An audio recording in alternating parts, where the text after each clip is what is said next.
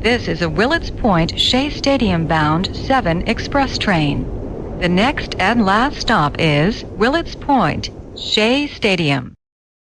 Oh, yes, it is the Subway to Shea podcast. Anthony Rivera here with you, talking about all the news and happenings surrounding that team from Queens, the New York Mets. It's episode 219 from the Subway to Shea studios in my office. I know I have a little different background today. I needed multiple screens, so we are working off the big computer. And I appreciate everyone for tuning in. Come file in. I know I talked to some of you off the air. Armand, Maureen, Lulu's in the chat as well. We got Duran Rivera, Jeff Cohen. Appreciate everyone for being a part of this show today. We got a fun one coming up as we get ready for what is going to be a huge offseason. You can follow Subway to Shea on X, Instagram, TikTok, at Subway to Shea. You can follow me at Ant Rivera 86. And subscribe to the podcast on Apple Podcasts and Spotify if you prefer to listen. But if you want to be a part of the chat, if you want to be a part of the conversation, you're doing that right here on YouTube as well as X. You can chat up there and be a part of the conversation, comments, questions. We'll be taking it all today. And, you know, the Mets, they left us with a lot to think about over the weekend because Friday they made some big-time moves. And joining me on the show today, a good friend to the program, a good friend to Subway to Shea, none other than my buddy here, Dexter Henry of the New York Post Sports. You can follow him at DHenryTV, sports anchor on New York Post Sports. Let's get it all correctly here, where he hosts Straight Outta Flushing. That's the Mets podcast. New York Got Game for both the Knicks and the Nets, as well as Liberty Lately. And you can hear his voice update anchor for WFAN, as well as Infinity Sports Network. Dexter, it's great to have you back on Subway to Shea, my friend. Yes, sir. Great to have you. You and I, we talked last week on Straight Outta Flushing. We had our post Met season debrief. That was fun, painfully fun. But it's good, man. Always good to see you, my friend. Thank you for having me. Appreciate you. Let's get right into it because the Mets on Friday, they kind of made sure they made a little bit of noise here. But I would say this is kind of big noise here for the team and the organization itself. They fired a couple of coaches and they had a couple of coaches leave on their own this week. So a lot of changes are coming to this. And we'll start off right off the bat here with Jeremy Hefner, which is the big surprise to me, although I've never really been the biggest fan of Jeremy Hefner. There's some things that just rub me the wrong way with him, not coming out to check on his pitchers before things got out of hand. He never really used all of his mound visits because I've been to a lot of games, especially 2023, 2024, wondering, why did we have so many mound visits and all the struggles that the pitchers are going through. And the big problem for him as well has been the walk rate. For this team over the past years that never improved. He's been with the team for 6 years through 3 managers. We're going all the way back to Louis Rojas, Buck Showalter, as well as Carlos Mendoza here.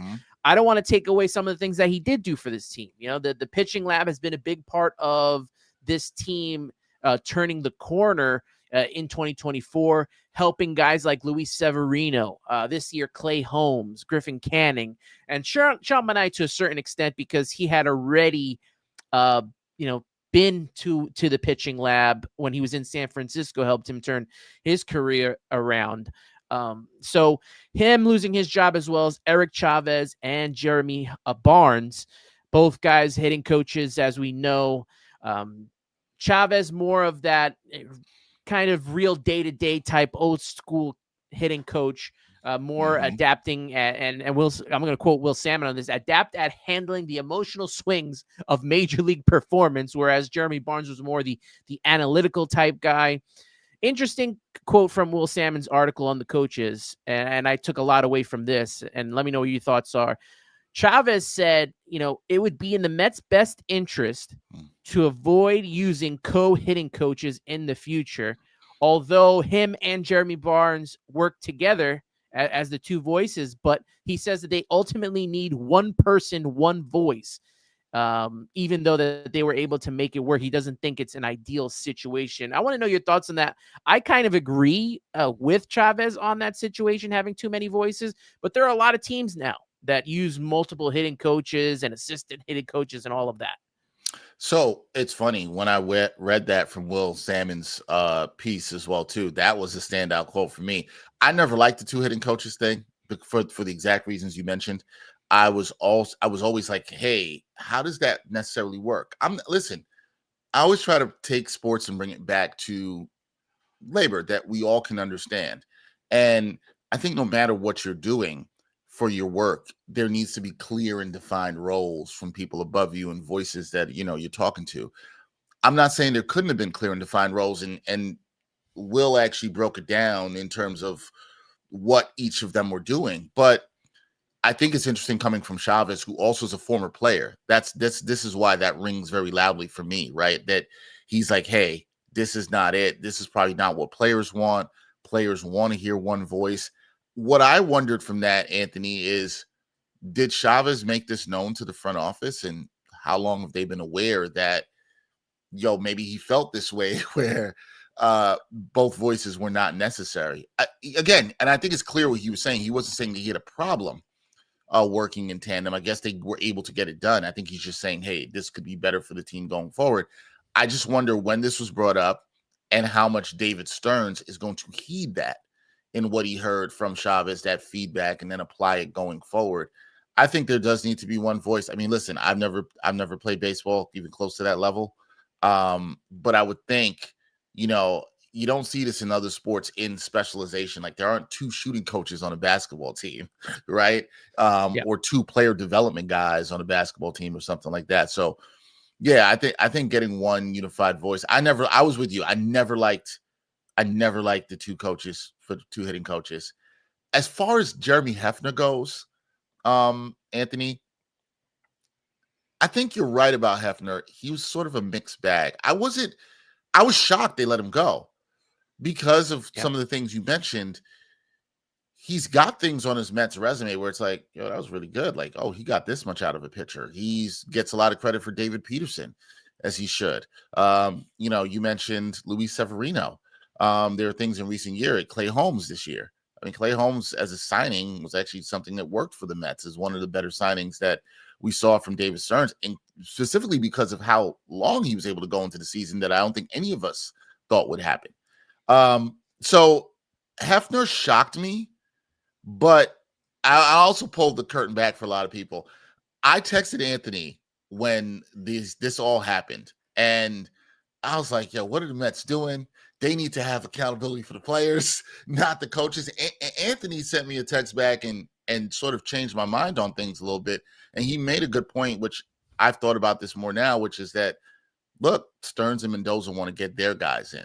This isn't, these aren't their guys that they had come in terms of a coaching staff. So getting rid of all these guys makes sense. Now, two things can be true, folks. I do want to say this. Two things can be true. Anthony's point, which I think is 100% valid and a really good point.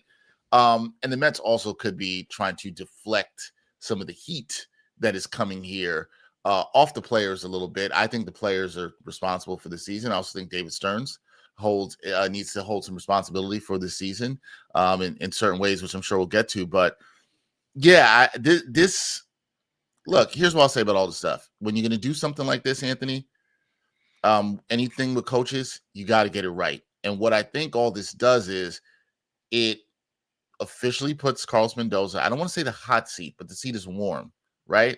Because it's like, now if you have your guys in here, and David Stearns too, I'd like to add, if you have your guys in here and this doesn't work, and by work, I mean, you got to be a playoff team. You got to be a World Series contending team. You got to do the things that you said you were going to do. The Mets wanting to be Dodgers East and all that stuff. We got to see that. If that stuff doesn't happen, when you get your guys in, well, who are you going to blame? You're running out of people to blame. You know what I mean? So you got to get the right guys in. I will go through it. I've pitching coaches and hitting coaches.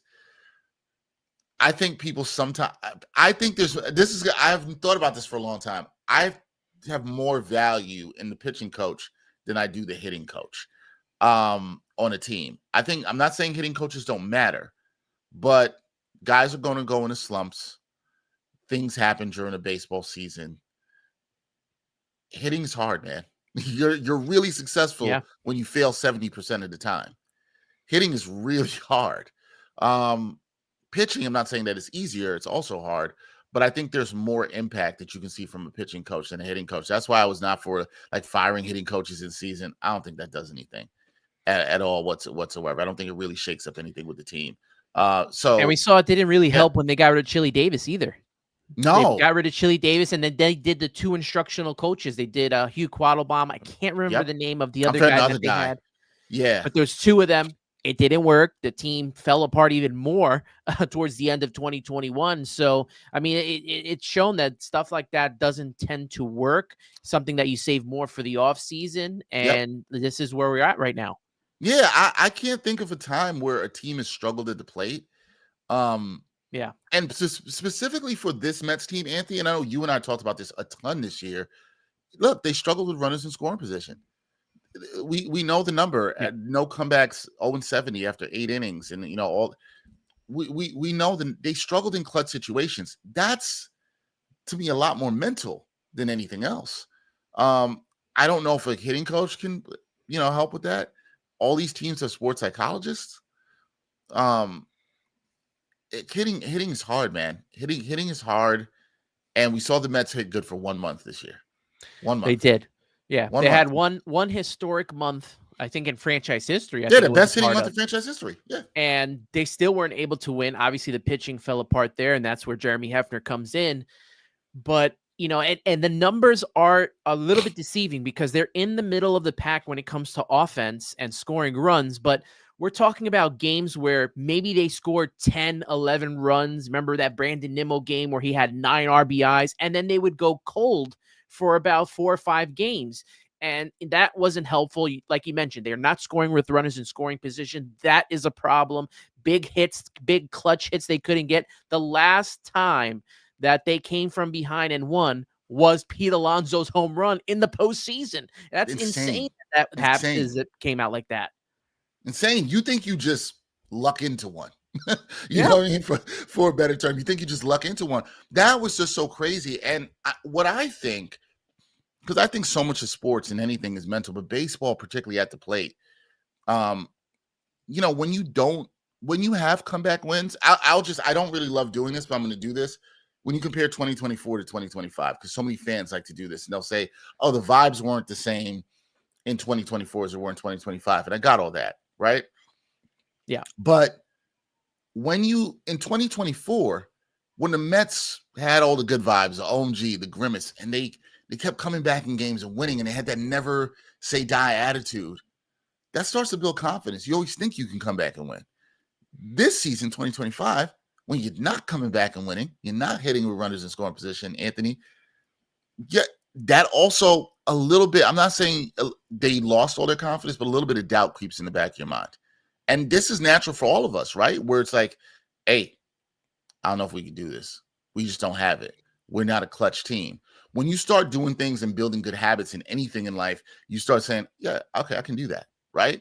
You know, you and I host shows, and the first time you did something, you probably were like, I don't know about this. I don't like this. But the more you did it, the more confident you are in your ability to do it. And look, I don't know why they didn't have their confidence.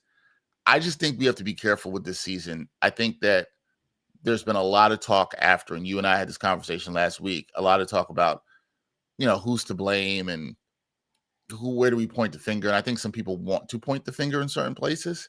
There was lack of, I don't think this is about chemistry. I do not think that is the case at all. I just think players didn't execute. It's really that simple for me. Players didn't execute. And sometimes sports comes down to very simply that they just didn't execute. But now David Stern's coming. They got to execute in hiring these coaches, and they got to execute on that. There's a lot of execution that needs to be made. Execution in hiring coaches, execution in putting together this rotation, and now his emphasis on run prevention and defense. It's a lot has to be done in the offseason.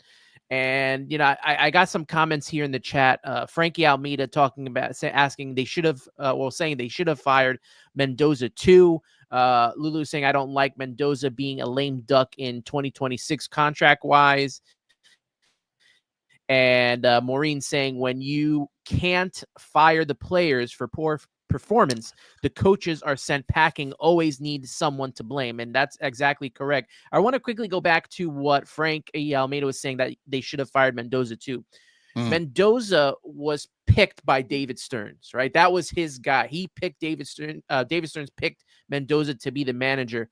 None of these coaches come from, Right. David Stearns' wing here. They were all held over. It would have been really, I like them like coming in and you taking your whole coaching staff and building it from within. But there was so much work that needed to be done. Right. For David Stearns, who was coming in as the president of baseball operations, trying to turn over what was a terrible 2023 and trying to make something a little bit better. There was no thought that this team was going to make it to within 2 games of the World Series. They were just trying to hold fort, evaluate what they had, and bring in these names like Sean Manaea, seeing if they would work, Luis Severino. And for some reason, it worked. And probably to the detriment of what David Stearns was looking to do, I guess, in a consistent basis and trying to build this team. I will never take away 2024 and what happened, but I'm thinking that, and you'd let me know if you agree with this, that them making it to the playoffs in 2024 hurt what David Stearns' plan was moving forward, because I think it was going to be a slow grind into what he was trying to build, and winning in 2024 sped up that process real quickly. And he wasn't able to continue his evaluation of the kids from the minor leagues and all of that stuff, where, him signing Clay Holmes, that worked, but Frankie Montas didn't work, right? Like, instead of trying to make it to the postseason, now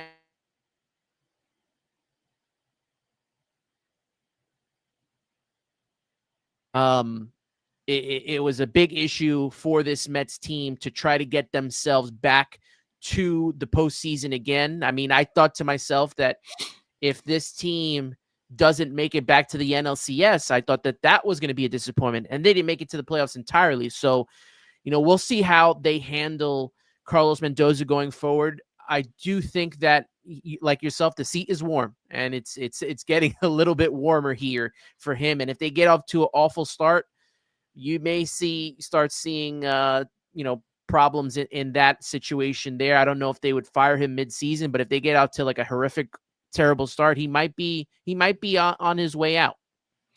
So, yeah, he said a lot of good stuff there that I agree. So, one, I do not think Mendoza should have been fired this year. I'm not under the belief that Mendoza, who was the toast of the town in 2024 and is a great, and he just all of a sudden forgot how to manage. Mendoza had some moments this season where I think you could say some head scratching moves. My thing with baseball in New York and a lot of fans, and we'll be around this, is like, look, some managers are not going to make moves you like. There aren't perfect moves that you can make for every game that equals to a win. Again, players have to execute. I think Mendoza had his players ready. I think if you haven't heard anything about him in terms of a leader, players haven't had anything ill to say about him. I think he's a player's manager. I think people like him. I think he's a good manager, and I think he needs to be given the time to cook here in New York. With all that being said, I think you're 100% spot on, Ant, about the expectations internally and the expectations from the fans externally, right? And look, I get it. The Mets, nobody thought you could not have told me or you they would be 2 wins away from a World Series in 2024. Nobody thought that. If you thought that, God bless you. And you should bet. You should have bet. Not saying you should bet. You could have won a lot of money, right? Also, Peter, I see your comment right here. Can't be like the Jets and fire. Completely agree. And the reason I say that is continuity matters. And I think the Mets have been talking about that and trying to build that. This gets to where I'm going with the point. So great comment from you, Peter, because that goes to where I want to say is that you have to build continuity somehow. Now, you got to get in your guys, Ant. You're right about that. David Stearns has to do that. There's only so much time. I do agree Mendoza can't get off to a bad start. A bad start would be a bad look. Because what also accelerated the expectations, along with what you just said so beautifully, is the signing of Juan Soto. Adding in one of the best players in baseball only elevated that. And maybe that was fair and unfair. Maybe all of us, including content creators and the media, fans, all of us should have looked at the Mets team from 2024 and said, did they move too fast? Are we now moving our expectations too quickly with this team? Maybe in some ways we should have seen 2025 coming, right? Maybe this is a way for the organization to reset in terms of what they're doing and getting back to what they wanted, what David Stearns wanted to do. But I think the problem is with that is, it's the phrase, the horse is already out the barn. The expectations being the horse in this situation is already out. And people are like, look, payroll's $340 million. You got Juan Soto on this team. Steve Cohen said he was going to deliver a World Series title in 5 years. That has not happened. We need these things to get done, and people want to see it get done, and it's not going to happen. But I think sometimes we can reshift our expectations. I'm not saying that Mets fans should go back, or the organization go back thinking they're not a playoff team, because they absolutely are. They should be. But I think definitely winning in 2024 affected everything in the way you look at the team and how they are. But I think this Mets team does have some holes. I know you and I will get into this. I think they need to sort of retool in certain places. I think there are players they need to move on from. I think the core is fine. I think the pitching future is very bright. But I also will add this. I think David Stearns, and you said this on my show, and I asked you the question about whether or not they need an ace in this rotation going forward. Absolutely. This ain't Milwaukee, bro.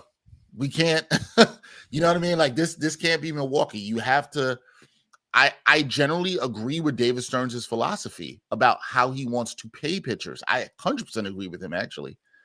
But you got to go get an ace in here. You can't do this with a bunch of, 3 and 4 starters and young dudes that could project to be an ace, but we don't know yet. You got to get somebody in here who we know every 5th day, that dude is a dog. He's going to go out there and keep his team in the game. The Mets need that. And so we'll see if he can do that. But now that we're talking about expectations going to be higher in 2026 because of what happened in 2025, because of the failure of 2025. It's going to be higher. And that's just that, fair or not fair, it is what it is. And nobody's trying to hear it when a team is a $340 million payroll and they didn't make the playoffs. Ain't nobody trying to hear that. No. And it also didn't help. And I mentioned this in the podcast last week. It didn't help that Steve Cohen, called out the fans during spring training to come to the stadium. The fans came in droves this year. They were here. And for 3 months, the team was awful. Yeah. And they allowed the Marlins again to repeat history against this team. And that's why a lot of the fans are going to be hesitant to show up to the ballpark, hesitant to believe in this team. It's always you got to believe, right? That's been the mantra since 1973. Well, right now for me, it's make me believe. Make me believe that you're going to get us to the postseason again. Yeah. And that's the mindset. Well, so Anthony, you and I have talked about this offline a lot, and we've talked about fandom and the power that I think fans have that they sometimes don't realize, right? With their dollars is what I'm talking about. And this can apply societally across the board. But, I understand. And you love going to Mets games. You've been going for a long time. Myself, before I even got doing this, my first Mets game, I was 6 or 7 years old, went with my dad. So you have all these memories attached to this stuff. But at the same time, if you don't like the product that's out there, you ain't got to show up, right? You don't have to. That's the best way to send the message. You don't have to show up. And listen, Jeff Cohen checking in right here, and we appreciate all the people with the comments. He's after the season, the team raised ticket prices. See, that's the part that's going to piss the fan off. And I get it. I 100% get it.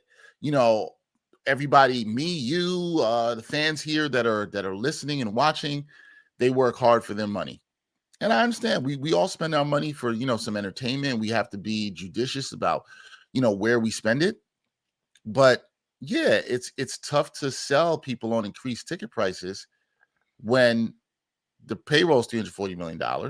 And we appreciate, I know I think fans appreciate, people in sports appreciate when owners put money into the team, but if the product isn't good on the field, I can't blame people when they say they don't want to show up. I'll never also blame fans for booing when the product isn't good on the field. Never will do that. You spend your hard-earned money on this.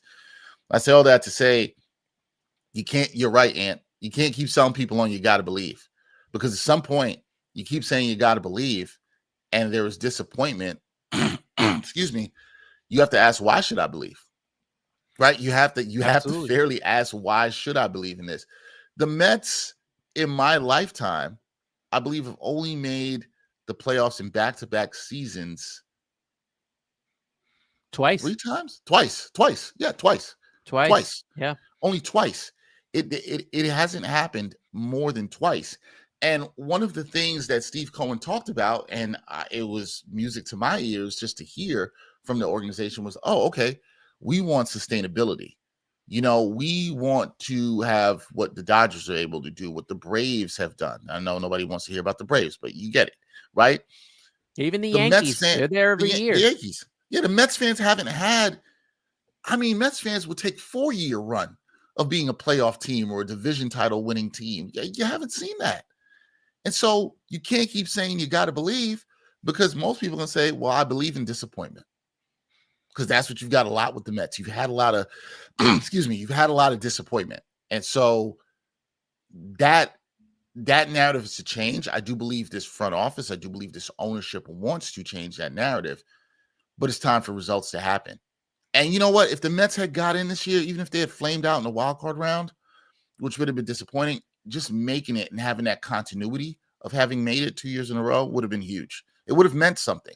It would have absolutely meant something. But now you're back to show me. Why should you believe? You got to show me. Absolutely. Yeah, I agree. K Revs 99 2000 as well as 2015 2016. Those are the only 2 times that we've gone to see, right?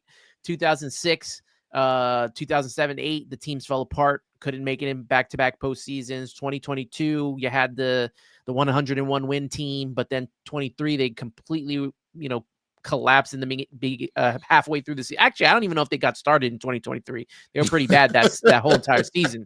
I'm not sure either. So, I don't think they did. Yeah, so they haven't had back-to-back years again since 2015, 2016. Armand saying Yankees have reached 33 seasons with a record of 500 or better. So, even that, having winning records for so long, that helps not only the organization, but the player's psyche, like knowing that they are a consistently winning team. I know they won 83 games this year. That gets lost in the collapse, but you have to have a team that has a consistency in winning, and that's what keeps the core together.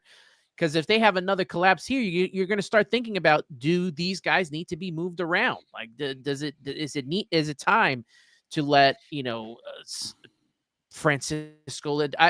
I'm throwing Francisco Lindor out there because I saw it in an article from Andy Martino throwing Lindor's name as well as Brandon Nimmo's name. I don't think they can be traded at all. But you start to think, like, are these guys what's going to get this team over the hump? So it's definitely something that will be talked about a lot more. Like you said, more pressure is on this team than ever to succeed, especially under Steve Cohen and his ownership.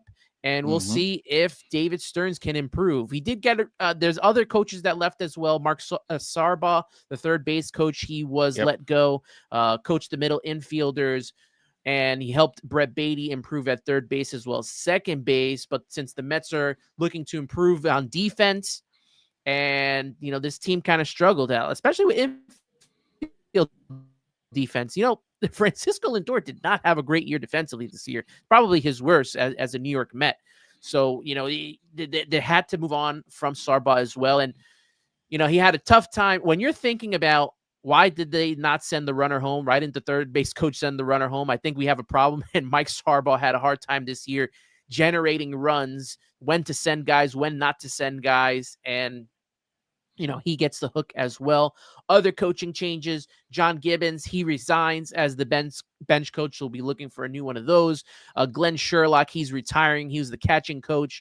Desi Driscoll, who was the assistant pitching coach, as well as Jose Rosado, who's the bullpen coach. They've been given permission to speak to other teams pending the selection of a new coach. So who knows? Maybe Desi Driscoll will be a candidate for the pitching coach role. We'll see, what happens there with him. The only, main stayovers were Danny Barnes, who's a strategy coach, Rafael Fernandez, who's the coaching assistant, and deservedly so, Antoine Richardson. We talked about this off the air, first base coach. 147 total stolen bases. We're talking about, Brett Beatty had 8. Brandon Nimmo had 13. They're not the quickest guys on the team. Right. But then you talk about the 30-30 guys, Lindor, Soto. So he stays, deservedly so. We talked about, how he was able to, read the pitchers, when to send the guys, even though they're not fast. I mean, Soto hadn't had that many stolen bases. I don't think he had double digits, maybe 12, I think last season he had, and all the way up to 38 now. So Antoine Richardson deservedly gets to keep his job for sure. Yeah. No, I like to keep Antoine Richardson did an amazing job, and players have talked about his relationship, particularly Soto with him, their relationship, and it worked together. And you see the results with 38 stolen bases. I mean, you look at next year and you're like, man, Soto might be able to steal 40. He might be able to go 40-40. He's got that talent to do it. There's no reason to think he can't. Gibbons, I was a little shocked at the resignation too. That was probably maybe my most shocking change here. I wonder if they just told him, in his respect, and being a former manager, just hey, we're going to try to go in a different direction with the coaching staff, and they let him kind of do it on his own terms. Yeah, I think it's just showing respect to somebody who's given a lot to the game. I agree with that way. Look, I don't know. This is another thing. I have no idea how much a bench manager as a voice impacts the team. I don't know. I think it matters. How much does it matter? I don't know. I think it will be interesting if Desi Driscoll is going to be a strong candidate for the pitching coach. Do they want to keep somebody that's in there with a different voice that maybe has learned some things, that is maybe a little bit more tapped into some of the younger pitchers that could be here, right? Whether it's Nolan McLean, whether we see things with Brandon Spote and Jonah Tong next year, or do they want to go outside? That to me is going to be, of all the hires for the coaches that have come with the pitching, who's going to be the pitching coach is going to be very interesting. Probably more for me than the hitting coach, because I just think there's more impact there. I'm interested there. It should be interesting. I see Armand here says Oscar Marin is the Pirates pitching coach last year. Get an interview. Pirates team ERA, yeah, they were good. And listen, I like looking at somebody like that who did something despite being in Pittsburgh, right? Like feels like he's overcoming a lot there. So we'll see. I mean, who they hire as bench coach, it's going to be very interesting if these names trickle in and they do this interview process. But I think Gibbons was the other shocker for me. Everybody else, not really stunned by it. I don't think you can. If they got rid of Antoine Richardson too, that would have been stunning to me. Just didn't see that, right? I mean, you do have to reward the good work that some of these guys have put in, right? And Antoine Richardson, I think the success rate for this team was around 90%, maybe a little over 90% with stealing bases. I mean, that's pretty huge for. Yeah, no, it's huge it's huge, especially in this. Sorry, I didn't mean to cut you off. It's huge, especially in a sport that doesn't that the stolen base isn't as prominent as it once was. Although we're starting to see it come back a little bit, and I love that. I love that part of baseball. So yeah, Antoine Richardson. You definitely have to look at the success rate for sure. You're right, Ant. Let's look at some of these other coaches that could possibly be named. I mean, Mike Puma listed some names. I did watch Wardy's video earlier today about who he thinks should be possible names. And I think the one for me, and it may not be as flashy of a name here, but if I'm hiring a pitching coach, I think I want it to be AJ Sager, who's the AAA pitching coach from Syracuse, who's come up through the system.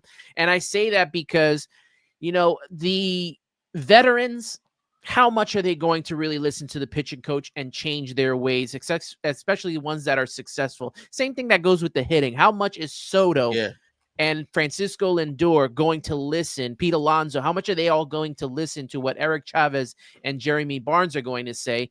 This to me is more for the young guys, and with guys like Nolan McLean, Jonah Tong, Brandon Sproat coming up and through the system, and we got a whole bunch of other pitchers that are getting ready. Jack Waniger, Santucci. There's so many names. That's Dylan coming. Ross, who got called up, didn't get to pitch in the final 2 games. But these guys in the system, if you're building this pitching staff, I want the guy who's worked with them and has helped them succeed to the levels that got them to the major leagues. And that's the guy that I would go with. I know Oscar Marin was one of them that was mentioned from Armand, but I would go with AJ Sager as the pitching coach if it was my choice. I wonder how much Stearns will have that sort of same mentality that you're having there. Because it's not that I don't disagree with it. If you want to stay internally with a voice who's also helped coach Nolan McLean, helped coach Brandon Sproat, Jonah Tong. If you're really banking on that being the future, you're right. I think you mentioned another good thing that really applies to both hitting and pitching, though, Anthony, and that's veterans listening as opposed to young players listening. I think that's such a good point, too, because that's what I always say with fans. I'm like, the hitting coach isn't going to tell Juan Soto much of what to do. What's he going to tell Juan Soto?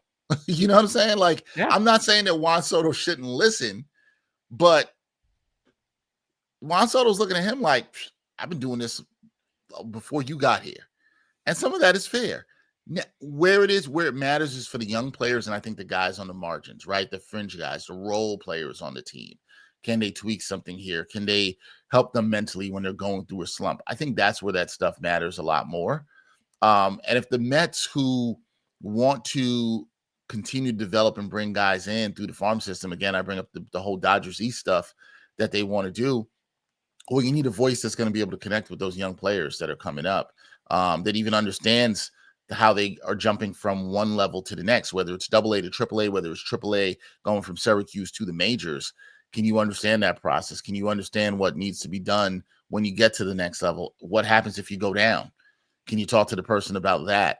I think that matters. That's why I wouldn't mind a voice like that internally. I also think if you're going to get somebody externally, I'm also not opposed to being somebody who's maybe worked with some other younger pitchers, younger pitching staff. That's why the Pittsburgh coach is very attractive. I'm not opposed to that. But with all this stuff, everybody's got to be aligned. You got to get everybody on the same page with the same vision and how they want to execute it. That's what's going to matter with all these coaching hires. Just like any other job in any successful organization, everybody has to be on the same page for the common goal. Everybody's not going to do everything the same exact way, but it's about, are you aligned for that common goal? And that's what you have to try to hit with all these hires. Other names that have been talked about through Mike Puma, who works at New York Post, is talking about J.P. Arancibia, who is the AAA Syracuse bench coach. He's a possible name that could come up and be a part of it. Now, thinking of some outside of the org, well, one is inside the organization, which we'll get into shortly. But when I think of hitting coaches, I know Carlos Ramos is bringing up Manny Ramirez, and I think Manny Ramirez has been looking to get into being a coach here, and he puts let's just stop with all the analytics BS. I just think that's just the way baseball is now. Like, we can call for it to go back to the way it was, but it's not just the Mets. It's every organization is. Well, how do you feel? Analytics. How do you feel about analytics, Ant? We have never talked about this. How do you feel? I'm not the biggest fan. I do like having a feel for the game as well, but they should just be stats to look at. I mean, when you look at some of the analytics that happens today, prime example, Max Fried getting taken out of the 7th inning here in the AL wildcard game cost the Yankees the game. He was cruising. He was pitching very well, and they take him out to uphold the pitch count, and the Yankees lost that game. They eventually went to win the series, but they put themselves in a bind there. So, there are just prime examples of the analytics not working out. I think in the World Series for the Rays, when they had Blake Snell come out after he was cruising against the Dodgers, that's another example as well. I mean, it's just, It should be just numbers to ingest, look at, and then when you go, you're not thinking about these numbers when you're at the plate. The way I always look at analytics is I am pro them being in all sports. I do not think it should be something you solely rely on and make a decision. I think analytics are a fantastic tool for you to be like, does this align with what my eyes are seeing? Right. So and you can't be married to it. So if I'm seeing a guy struggling against the plate in a certain way or against certain pitches, okay, then I have advanced data that tells me, okay, when he's down 2-1 in the count and somebody maybe throws a curveball, he's more inclined to bite on that, right? Like that's something I could then go back to the player, adjust there. That's just me giving an example of that. Analytics can't tell you in a game. You could look at analytics and say, I'm going to go to pitching for a second. Pitcher X, whatever it could be. Say it's David Peterson. David Peterson, you realize his effectiveness on his fastball drops generally after the 6th inning. Just throwing a number out there. This is not an actual stat. But on day X, David Peterson is cruising through 5. He's thrown 65 pitches, right? Yeah. The drop off is generally coming, but he's had some quick, clean innings. He's had a couple of 1, 2, 3 innings, a couple where he threw only 11 pitches or less. Let's say that happens, right? That's generally how you get around that number. All right, you have to have a feel for that day, that time, and look at him and say, oh, can you give me an inning extra here? The data maybe says the drop off is coming, and I trust the data. I'm about trusting data to a degree. But you got to also have the feel. I think what the game is missing is the balance of both. I'm not anti-analytics. I'm just anti-relying on it solely. You can't just there's emotion, there's adrenaline, there are different things there that come into sports than just numbers. Players are not robots. As I said, players have agency, something I say all the time. So you can't, if players have agency, you can't just solely look at his data. This isn't simulating games in the show. Right? But I think for fans, especially some of the older fans a little bit, it feels like that sometimes, right? And yeah, of course. I don't think that's good for the game. I think there just has to be balance. So I'm not anti-analytics. I'm just about how you use it. And I think good, smart organizations will use it, but also know the balance. You can't let it make all the decisions. Well, also, there's other situations that are involved as well. Okay, like you mentioned, David Peterson is cruising through a game. The bullpen is exhausted from having to pitch, 8 innings because the pitcher the day before couldn't get through a 5-inning game. Why not let David Peterson continue to pitch? Have someone being warmed up in the bullpen and ready to go. I mean, like everything has been followed by the book, and it cost the Mets a lot of games here. I mean, everyone goes back to June 13th when they took Clay Holmes out of the game. I think he was like 50 or 60 pitches in the game. My thought process at the time was, okay, I kind of get this because he hasn't been a starting pitcher his whole career, and maybe they're preserving him for the end of this season.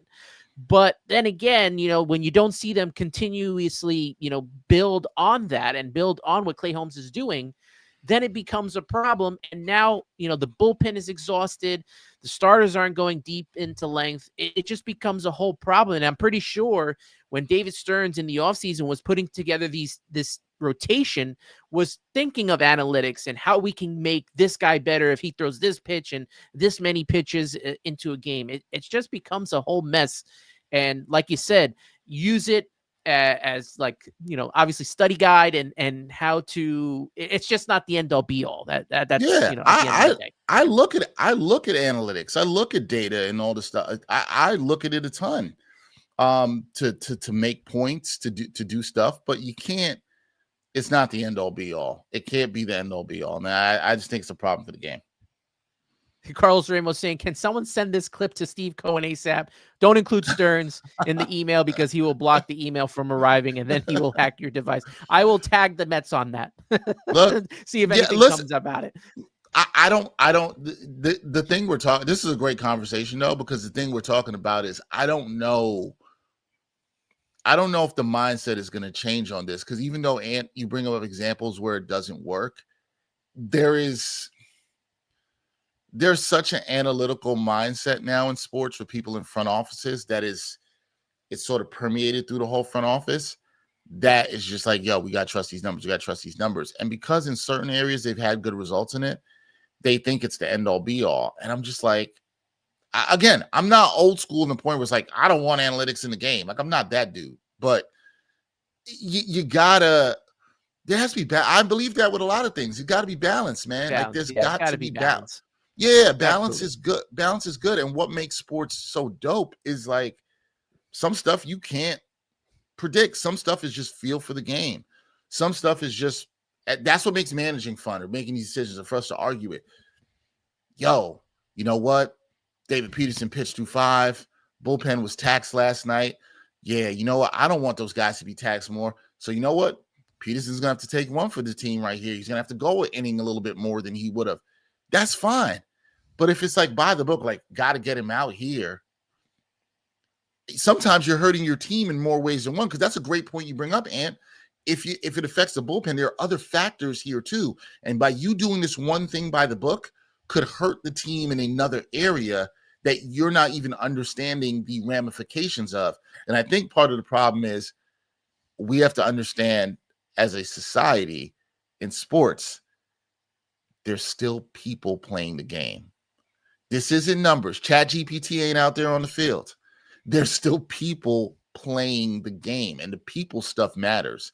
And I still think you have to treat humans as humans with recovery and rest and how it impacts the team and all that stuff. So I think sometimes these front offices aren't thinking about the people stuff. That's the problem for me. It also has you thinking like, what impact Mendoza and Hefner have over David Stearns, because it's like Jekyll and Hyde from last year, you know, a complete 180 where Carlos Mendoza was allowing Jose Quintana to stay in a game late. He allowed Luis Severino to push through and get a complete game shutout. Like, what happened to that? Especially, I understand, like, Sean Manaea is not pitching well. You got to take him out early. Kodai Senga is giving up 4 or 5 runs, and by the 3rd inning, he's coming out. But some of these guys are cruising, and you're taking them out with 70, 80 pitches. Like, you're trying to preserve them for, like, this postseason run. There is no postseason if you don't get these wins. You got to win today's game before you worry about tomorrow's. I completely agree. And listen, I'm somebody who's in, you know, you want to think about long-term health, but there's sometimes like a little bit too much coddling, a little bit too much hand-holding here, right? And it's like, yeah, but the lesson you just said there, Ed, that's the point. I wonder if it connects back for the front offices at the end of the season. If you did all that stuff and you didn't make the postseason, you did all this stuff to try to preserve the players that you didn't make it, well, then what was it for? And what have you learned? What have you learned from that? That's the question. Like, because that's the key. We can all make mistakes in our job. We can all do different things. What did you learn from it?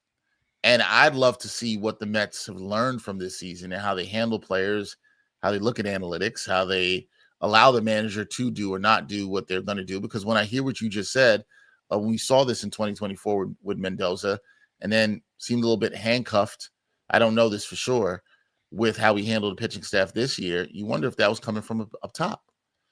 But I will always go back and say, okay, but who's holding up top accountable? I'm not talking about David Stearns. When you make these moves and it doesn't work out and get you to postseason, I think it's a fair question.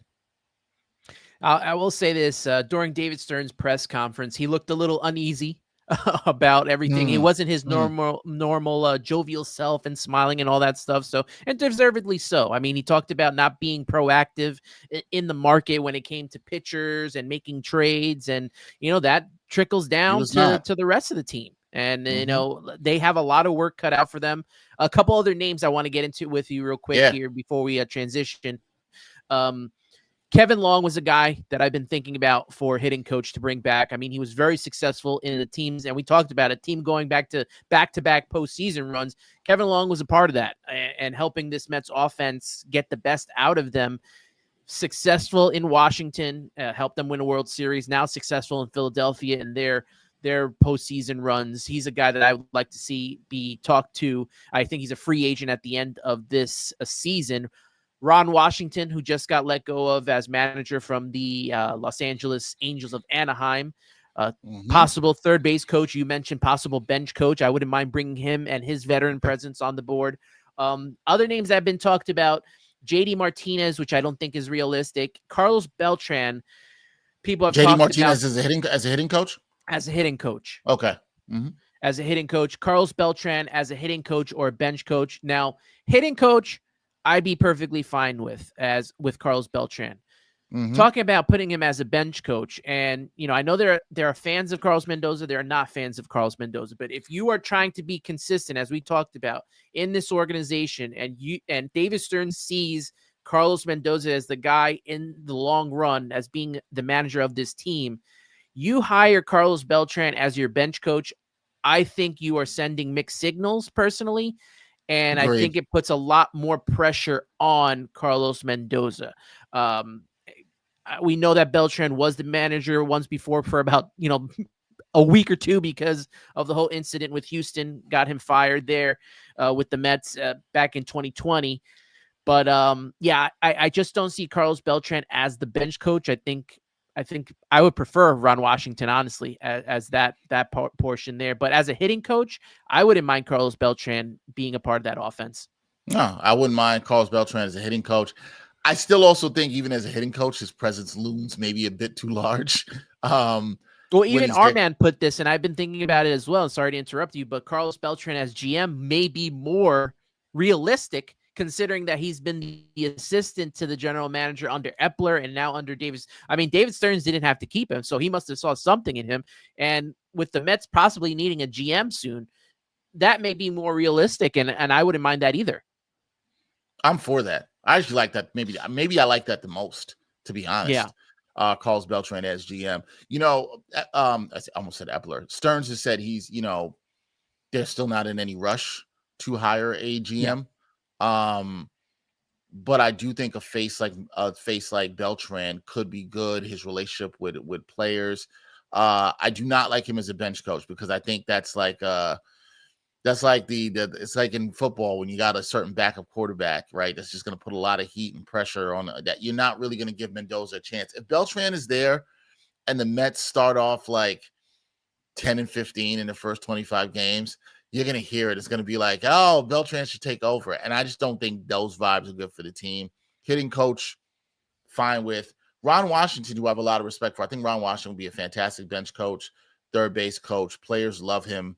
I think he'd be good vibes. I think either way, it'll be fine. But like Beltran as a GM, that's more interesting to me. And I don't think that's far-fetched that could be. Now, I also don't know if that's going to happen before 2026. It's possible the Mets could go a whole nother season without a GM. I don't think I believe Stearns when he says that about not doing a robust search. I believe he's not in any rush to do it. I think when they do it, they'll do it.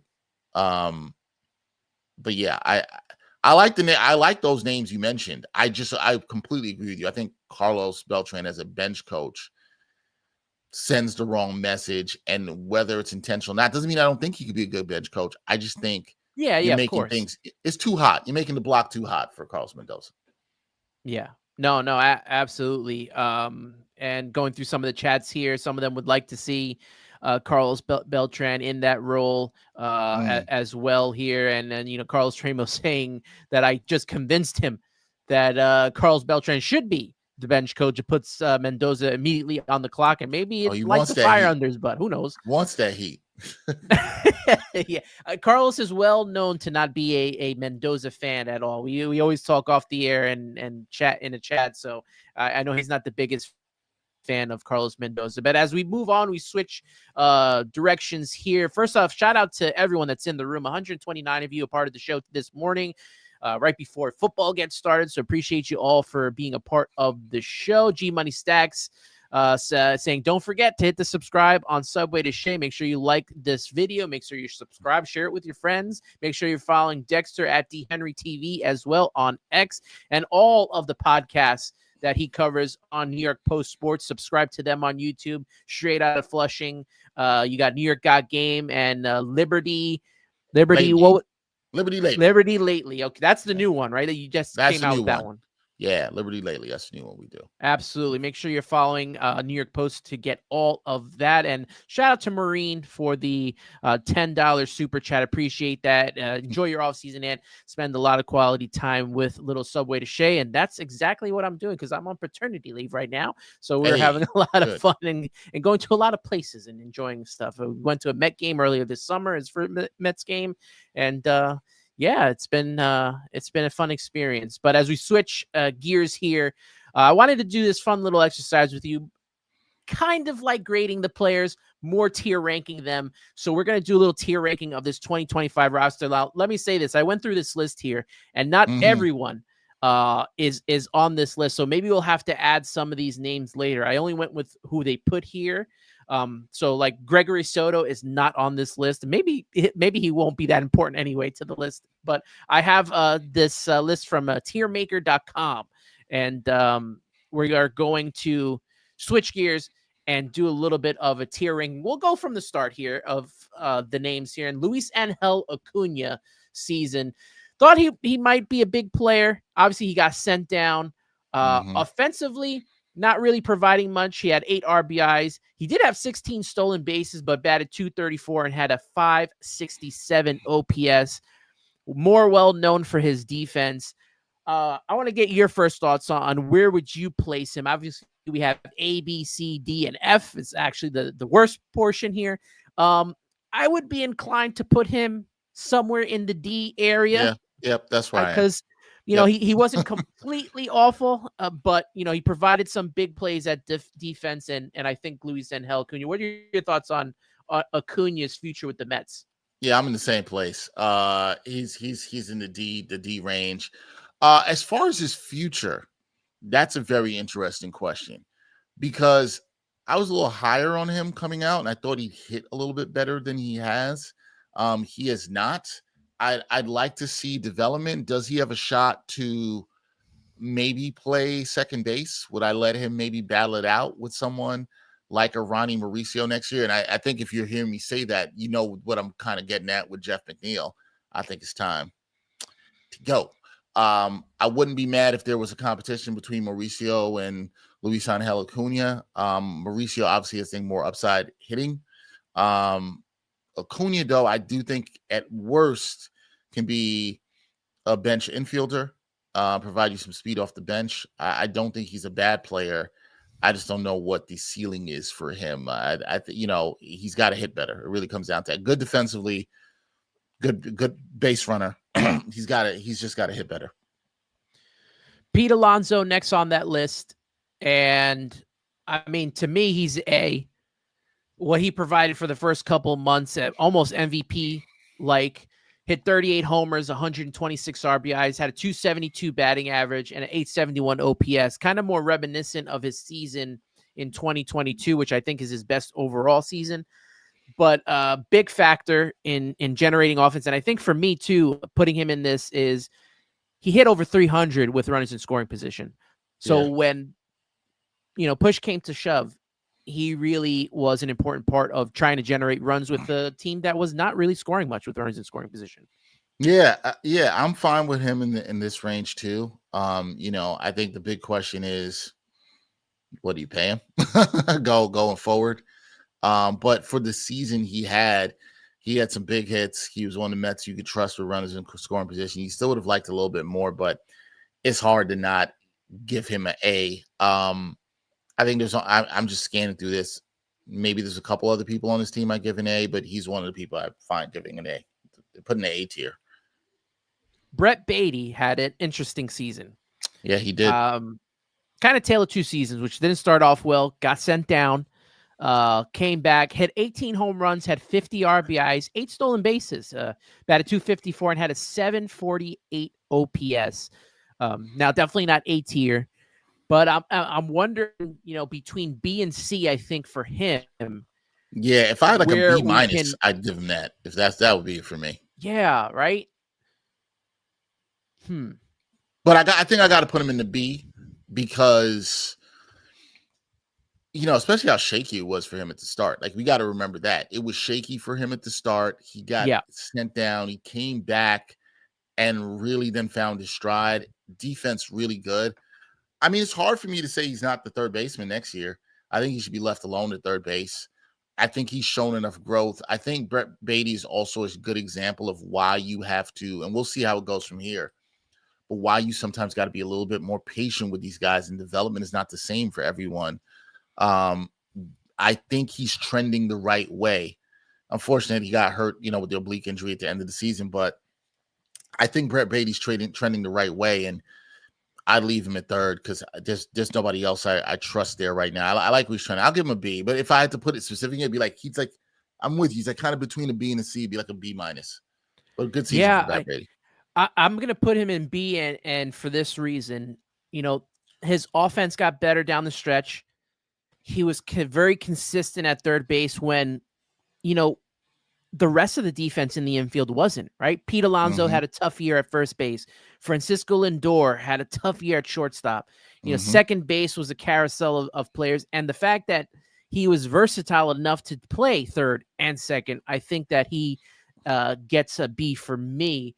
When we look at Edwin Diaz, you know what? Honestly, I think Edwin Diaz had probably the most positive impact on this team. Of any Met? Of any Met. I know that the stats will tell you probably Soto, probably Lindor, but Edwin Diaz probably was the most consistent player that this team had, especially dealing with the bullpen that we had a 1.63 ERA, had 28 saves, had 98 strikeouts in 66 and a thirds innings pitched. I mean, he was almost 22-ish type Edwin Diaz. Mm-hmm. If there was a S tier for like special to put like above the A tier, I would put Edwin Diaz here. Like he's the highest of the A tiers, right? Like he's the best of the A tier. I agree with you. He's the most consistent Met. And he did all that where the bridge to him was very shaky this year, right? We didn't know who we could trust to get him the ball. And he still was great. I think it's likely he opts out and tries to cash in on that, as he should. But yeah, if for me, if we had like an S tier that's above, I would put him. I think he's absolutely was the most impactful Met this season. I'd probably put Juan Soto behind him, but yeah, he was the most impactful Met for sure. Definite A. Diaz gets a solid A+. Pay the man. We can sign everyone else and their mother without a closer. We are screwed. I mean, I tend to agree 100% with Cindy here. That, and we'll get into that shortly about who stays and who goes. But Edwin Diaz for sure is a guy that I would like to keep on that team. I don't know if I can move him in front of Pete Alonso. I can't. But you can't. I'm wondering too. Like Diaz, man, like he's starting to be on that. There we go. A couple more seasons like this, and he's the best closer in Mets history. Absolutely.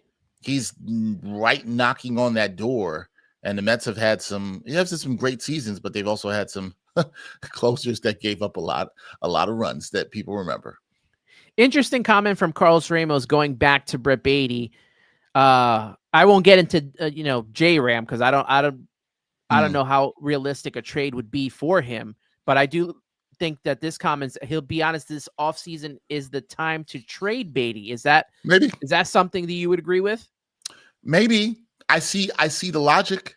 You're like, his value's at the 3-year high. If you believe, this is what it comes down to, Carlos, if this is what you believe, or if what David Stearns believe, if you believe it's never going to get better than what we saw this year, then yeah, trade him. If you think you can upgrade the position, I say go for it.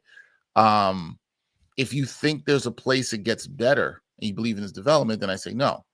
But if you think, hey, this is probably as good as it's going to get, yeah, I don't think it's crazy. I'll say that much. Next up on the list is Justin Hangeman. I don't know why he's on the list because he didn't end with the team, but somehow he is on here. So we'll look up his stats. Had a 4.56 ERA in 23 and 2/3 innings pitched, only 23 strikeouts. I mean, I don't want to give him an F, but because I'm close to it. It's pretty close to F, but the fact that these guys had to be shipped in and shipped out here as much as they were and had to be relied upon when, we had a whole bunch of veterans a part of this team, I just think that it's unfortunate for him. that he had to be a part of that. So I'm going to put him on D for now. We may move him down to F at some point in the year. That's the whole fun of it. But I don't know. It's just hard for me for these pitchers, these bullpen guys who had to get shipped up and shipped down through AAA so many times. Yeah, it's a tough spot, but he, there's nothing he did that was amazing. The almost 5 ERA and was it 23 innings and just about a strikeout an inning. That's not good. So D might be a little bit generous, but I'm fine with it. We can rock with a D for him. But I'm inclined to give this next guy is a definite F. I mean, Ryan Helsley. Ryan Helsley, 7.20 ERA. I thought that trade deadline was one of David Stern's best on paper, right? At the time, from the fact that he was able to get bullpen pieces to help out, able to get a center fielder, and none of them panned out. It is the craziest thing to me. And Ryan Helsley, like I said, 7.20 ERA. He just could not take off at all. Yeah, I love the moves. I lauded the again, this is something I'll always learn from, what I do. You can love all these moves. Players got to execute, man. Yep. You can love the moves, and that, again, Stearns, I'm not giving Stearns a demerit for going after these guys that he did. I may, for one thing, at the trade deadline, maybe not getting a starter, that a frontline starter, going after like a Sandy Alcantara, I thought he could have done. But I'm not going to kill him for that. Ryan Helsley was terrible with a capital T. This is the easiest F to give. He's so bad. Like, there's no Mets fan that wants to see him back next year. This is, I don't want to put it right up there. Like the trade for Darren Ruff, and the Mets did nothing and got Darren Ruff and Daniel Vogt back a couple years back. Like, yeah, he's sorry, Cindy, that's a great comment. Helsley gets an F unless there's an ass tier. Yeah, we need that. We need something above A and something below F. We need that because that's where Helsley would be. Helsley would be in that below F, that tier. I hear you. Yeah, that awful trade deadline acquisition. A guy that I thought worked out pretty well for the Mets this season. He had his ups and downs, but you're talking about a pitcher who had to change from being a closer into a starting pitcher, and that's Clay Holmes. 12-8 this season, 3.53 ERA, and obviously pitching to contact with this team, unfortunately, didn't work as much because the defense wasn't great. But the fact that he was able to win 12 games with this team, and he had the most wins on the team and had a 3.53 ERA, to me, I'll leave this one to where you think he should go, whether it's A tier, B tier. Obviously, there probably should be another tier above A. I think this is A+ signing. I love the signing at the time. People had their question marks about it. The performance was very good. If there was like a B+ tier, I'd give it. I don't want to quite give him A, so I'm going to put him in the B because I think it's a B+ performance with a ton of upside. I think just the fact that Clay Holmes pitched into September was amazing in itself. Like, if you'd have told me that with the numbers this year, I would have been like, man, that's really dope for the Mets. That's going to bode really well for their pitching rotation. Obviously, they had other issues, but yeah, Clay Holmes, man, like, he had a great season. I think it's only going to build his confidence going forward and where he can get better. But I think the signing itself, that's an A+. Like, Stearns hit that one out the park. Absolutely. One of his better signings so far in his Met tenure. Now we go to Francisco Lindor, 30-30 guy this season. Again, a second time as a New York Met, 30-30, had 31 homers, 86 RBIs, 31 stolen bases. He did go through a slump during the season, one of his prolonged slumps. This time it didn't start at the beginning of the season. So batted .267, had a 811 OPS, and he was an all-star for this Mets team this year. I feel like it's an A, but even with the defense too, I could consider putting him in the B spot. That's why it's a weird season for Lindor. it's a weird season for Lindor. That's why I'm inclined to put him in a B, because the defense, man, his defense, dropped off. I was a little disappointed in that. Slumps happen. It's interesting how we feel about slumps. When slumps happen at the beginning of the season, everybody's like, "Oh, what's happening to Lindor?" And then he came through and was so clutch in 2024. I'm inclined to put him in the B tier, and it's he's kind of like in that Clay Holmes B plus range. I don't want to put him in the A tier because I do think the defensive stuff matters, and he's the captain, and the defense was so terrible, particularly in the infield. Yeah, I'm putting him in called B. it out. Yeah, he's a B for me. I don't know if you agree, but I'm putting him in a B. I'll agree with that. We'll put him in B. We'll put him at the beginning of B. How about that? That's fair. That time that one worked, and then I'll put Clay Holmes ahead of Brett Beatty because I think that he was more important. Sean Manaea. Oh my God. I think he's got to go in F. Yeah, I don't even think this is that deep. I don't think it's that deep, man. He's got to go in F. And look, I know he wasn't healthy. I know he, still dealing with the loose bodies in the elbow and all that, but he was terrible. Which and to point out, not Helsley terrible, but he was terrible. No. He Helsley was worse. Sean Manaea, and you mentioned the loose bodies, may not even go for surgery for this, which is surprising to me. He's going to be like a Seth Lugo type situation, but 5.64 ERA.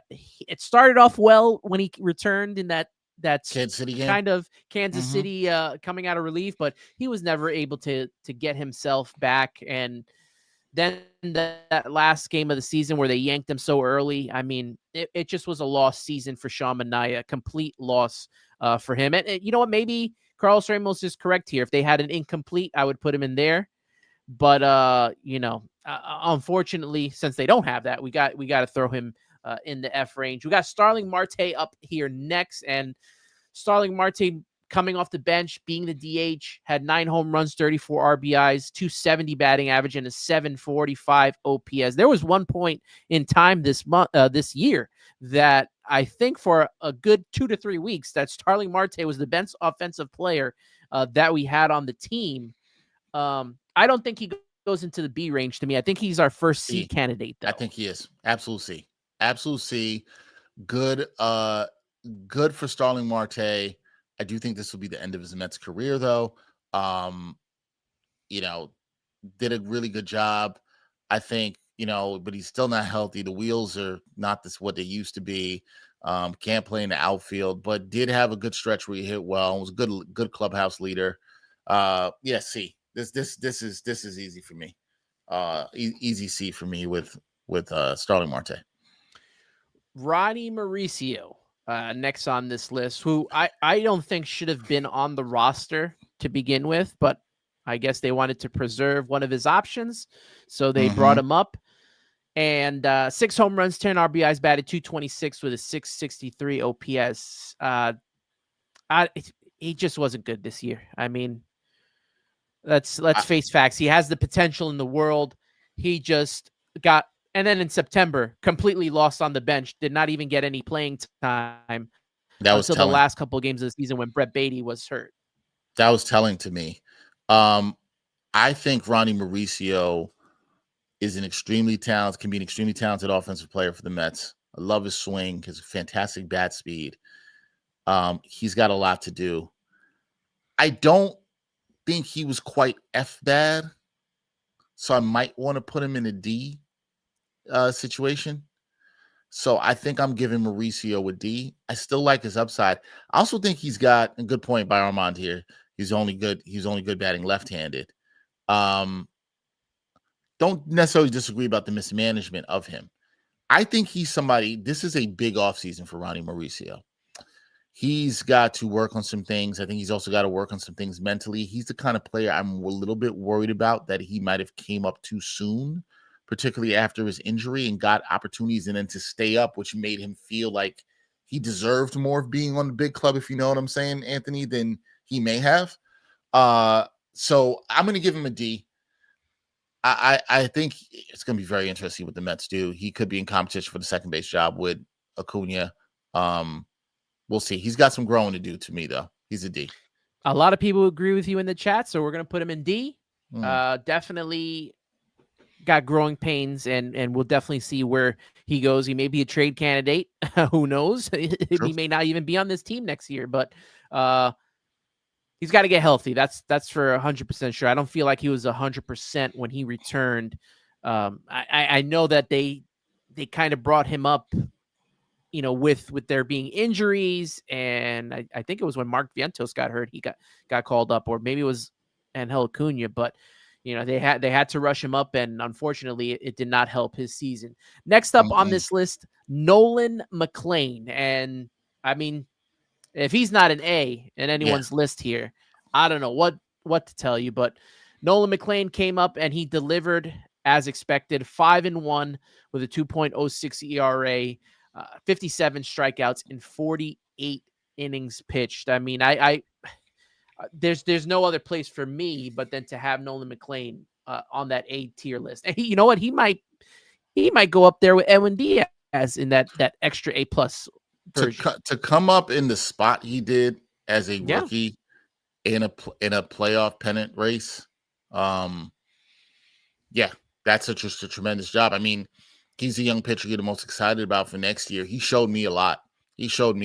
Like where I'm like, oh, okay, you got this. I like his makeup. I like the mentality. Obviously good stuff, good movement, but the makeup to do that down the stretch, that's A stuff. You're right. He could be right there after Edwin Diaz. I don't disagree with that at all. And the fact that, these kids really shouldn't have been counted on for what they had to do here. And Nolan McLean delivered in so many opportunities, so many spots, pitched deep into games in the first couple of starts as well. Everyone in the chat, from Armand, Maureen, the extra A++, Cindy McGrath, Lulu loved what she saw from Nolan McLean. Mm-hmm. And Cindy said, and you mentioned, he held his own in this playoff race. So very big impressive spot, big opportunity. Hopefully, like Maureen says, he's our future ace. So we're going to put him in the A spot here. Next up here, Jeff McNeil, 12 home runs, 54 RBIs, batted .243 with a 746 OPS. I think he goes right in line with where I would put Starling Marte in the C. Possibly, could be possibly going into the D range, but I think C for him, since he did come up with some big hits and he had to play center field. He had to play second base and all over. We didn't want him in center field, but because of how bad center field was, and we'll get to the next person on the center field list, which I think we all know where he's going. But Jeff McNeil, what were your thoughts on his season? Yeah, I'm C, but also kind of C feels like the see you later tier. Like yes, I'm kind of inclined to move on from McNeil, as well as Marte. I think it's time. McNeil, thank you for your service, but he has not hit the ball even close as well as he has 3 years ago. So I think it's time, and he's moving around positions. I don't think there's really a home for him, and he's just not hitting. And it's time. Carlos gave him an F just to get. I mean, I'm with you, man. I'm with you. It's time for him to move on, but F is a little harsh. He did enough to get a C. I'll put him in the C tier. Well, this one is a definite F. Another definite F. Cedric Mullins, man. I'm so disappointed in how this season turned out when he was acquired. I really thought that he was going to be a difference maker, considering how he was in Baltimore, and he just didn't make a difference at all. 2 home runs, 10 RBIs, batted .182 with a 5.65 OPS. Was not what we thought we were getting when we talk about on paper. That's for sure. Damn, I didn't realize this. I think I must have missed that this OPS had dipped below 600. This is an easy F. I mean, listen, Mets fans, I always talk, who's the person in your team that you would just drive to the airport to get him out of town really quickly? Look, you're definitely driving Mullins. You're definitely driving Ryan Helsley. And, I'm seeing here, I'm agree. You know what? Next time we do these tiers, we got to get an S tier, and I'm in agreement with the ass tier. That's got to be below the F. Cedric Mullins is in that tier. I'm in. Yeah, I definitely have to do a little more research on the tier rankings here and add some more to this, because I think it would make for a lot more fun and a lot more accuracy to what these players are actually playing like. Brandon Nimmo, interesting. 25 home runs, 92 RBIs, which I think are career best for him. 262 batting average and had a 760 OPS. Did not make the All-Star team this year, but for me, I'm so intrigued to see what you say here. So intrigued. I want to say B, but I wouldn't be But shocked if some people say C. I wouldn't be shocked. And see, he's like in between that. The career high stuff sounds great, but we're at a point with him where I think we're evaluating him, and it's like, okay, you can't play him in center field anymore. Obviously, he ain't good in left field either, right? That's the thing. He's not good. And listen, he's in that C tier. See you later. I know this is going to sound crazy to some people, but and Brandon Nimmo's contract is going to be hard to move. When I say see you later, I'm not putting him in the same as McNeil or Marte. I just think that if the Mets moved on from him, I don't think it's the worst thing. No, he's a homegrown guy. Appreciate all he's done, but I just think, where are you playing him? Yeah. And the Mets need to get better in the outfield defensively. We talked about the defense overall, but they need to get better in the outfield defensively. So, yeah, I'll put him in the C. He could get a B. To 25 and 92 is all nice, but the defense, I got to grade that as well, too. So he's a C for me. I'm curious to see what other people say in the chat. I think he would be more valued as a DH, to be honest, at this point in his career. Agreed. Playing in left field has not worked for him. But, B- to C+, I think him leading off that C tier, I think is good for him. You also got to consider the fact, too, is he's one of the only guys that hit with runners in scoring position. And we're talking about a team that struggled with that. And if you're not going to trade him, which is going to be very hard to do. I mean, I think we talked about this on your podcast. If you're gonna kind of take apart this core, probably would start with a guy like Brandon Nimmo. He's one of the guys that you're going to have to replace his production of guys that score with runners in scoring position. And as Lulu said, the plantar fasciitis did him in, and that might be a career problem for him moving forward. Yeah, Lulu's right about that. Yeah, I don't know. And it's funny. I mean, seeing people in the chat talk about, moving him to DH, and Carlos says it right here. And that's going to be the interesting thing when you talk about him or Vientos. This is what makes it very, very, very interesting how you feel about both those players. And we'll get to Vientos, of course, but Nimmo does probably, if you told me Nimmo was a full-time DH, I'm not mad at that. Particularly, no. I think it's also better. I think it's better for him in his career, honestly. But yeah, because with all the problems with his leg, he's got the neck issue. Is he really going to make it through the rest of this contract? I mean, he's playing left field right now. He was signed to play center field. I think Armand put it at $20.5 million until 30-30. Yeah.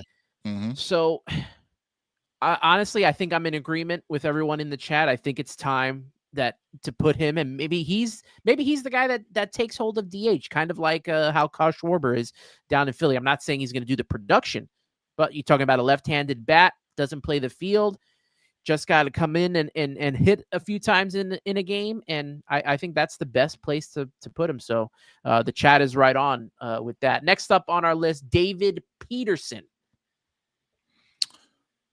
David Peterson. It started off as an A. Started off as an A. I think he finished as a B. What was his final numbers? 9-6 with a 4.22 ERA. He really had a bad second half. Second half. We're talking about he started off, 7-8 innings, had a complete game shutout, and then we completely fell off the map. Yeah, I'm gonna put him in a B because of the bad second half. Some people probably so disappointed second half they might want to think C. I think that's a little harsh when you look at his entire body of work. Yeah, I'm going with a B. And for one point, going through the halfway point of the season, you go through last season, he was one of the Mets' best pitchers. Yeah, over the last year till he tailed off in the second half. So yeah, it's a B for me. Next up on this list, Brooks Raley. 3-1, 2.45 ERA, and had 25 strikeouts in 25 2/3 innings pitched. I got to put him in A. Guy comes back from Tommy John surgery. We're in need of bullpen help. Yeah. and he did his job. He got lefties Yeah. out when Gregory Soto couldn't.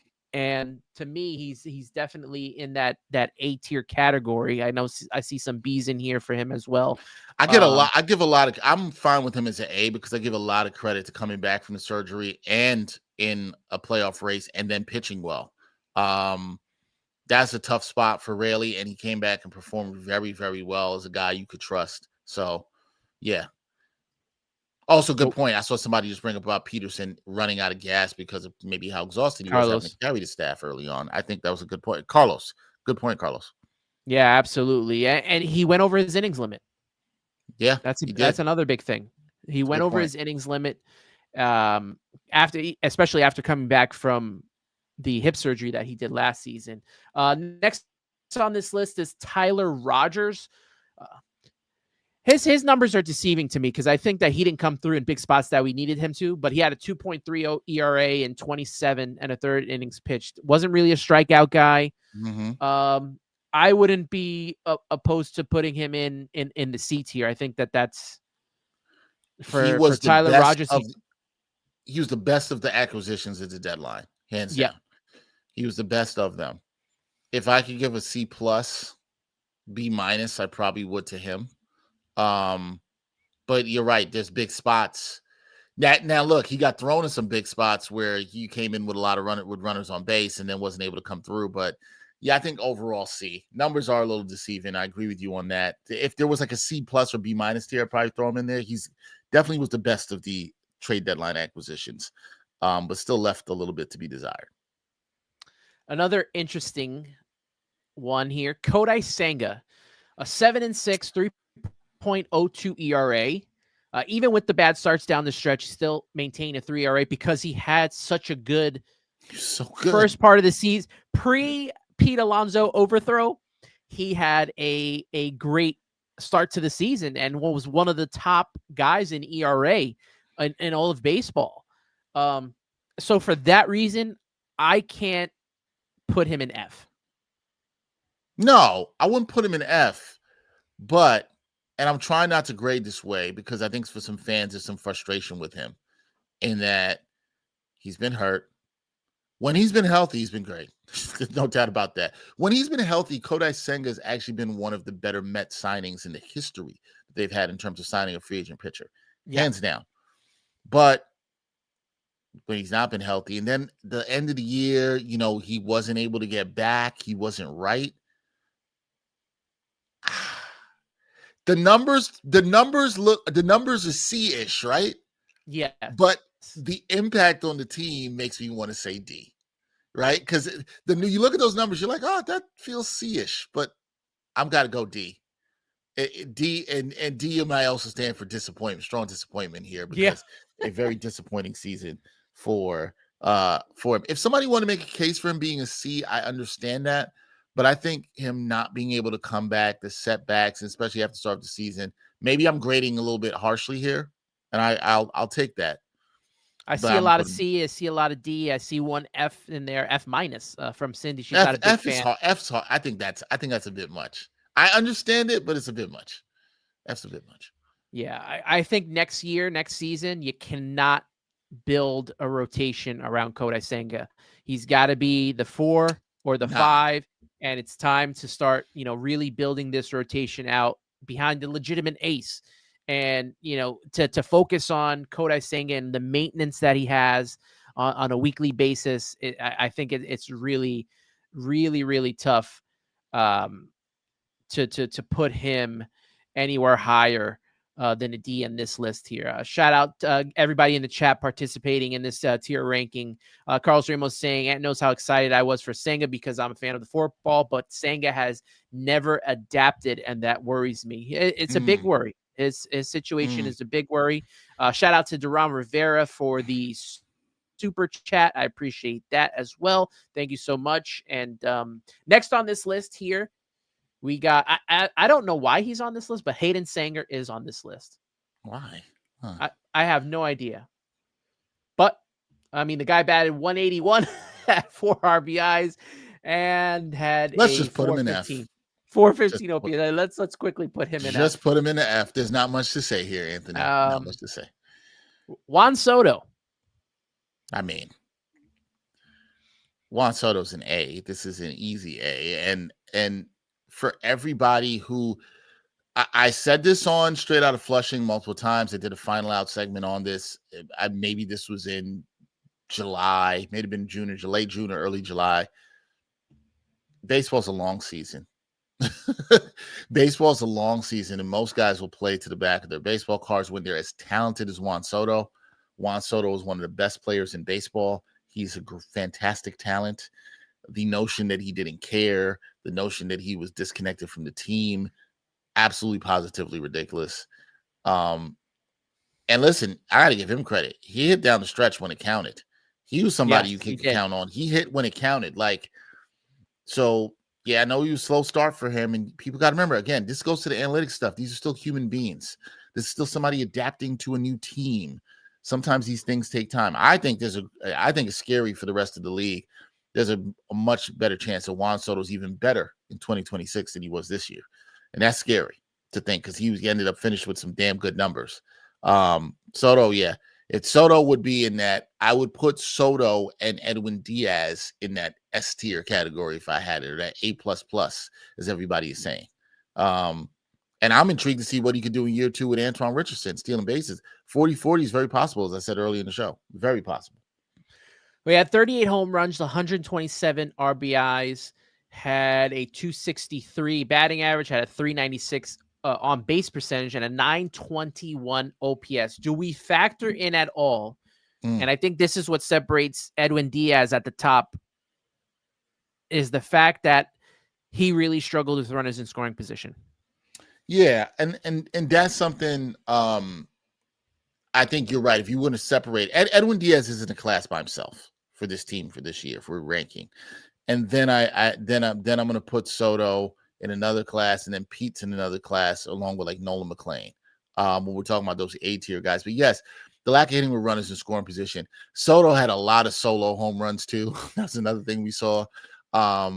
You wasn't getting a lot of the home runs with guys on base. He wasn't coming through. He's such a good player, and he's so good. The thing I love watching his bats. He's so good at taking pitches and getting on base. He has such a good eye, and I just think he's going to be so much more comfortable in year 2. I really do. But yeah, you're right. You're right. There's separation between him and Diaz, and I think the difference is with Diaz, we obviously saw perform in a lot of clutch spots. Soto needed to be better with running scoring positions. It's a demerit for him despite his really good numbers. There's been some no doubters in that F chain, and we're adding another one to it. Ryan Stanek, I think he's going to go right behind Helsley here for me. Oh yeah. Oh, absolutely. But automatic drive to the airport candidate. Automatic. Yeah. 5.30 ERA, a 56 innings pitch, and only had 58 strikeouts for a guy that throws 100. Just could not get it done this season. And I think we even talked about when I came on mid-season with you about, holding on to Ryan Stanek. Let's wait till the playoffs. He'll be a different pitcher. Well, he didn't really help us get to the playoffs at all. Probably one of the big reasons why we're not in the postseason right now. Yeah, I mean, there was a point, Anthony, where I think a lot of Mets fans felt like Mendoza's bringing him in, and you're like, I don't want to see him anymore. That's it. When you get that feeling with a relief pitcher, that's not good. So yeah, Stanek, this is another easy F. Easy. too Armand, maybe even S tier.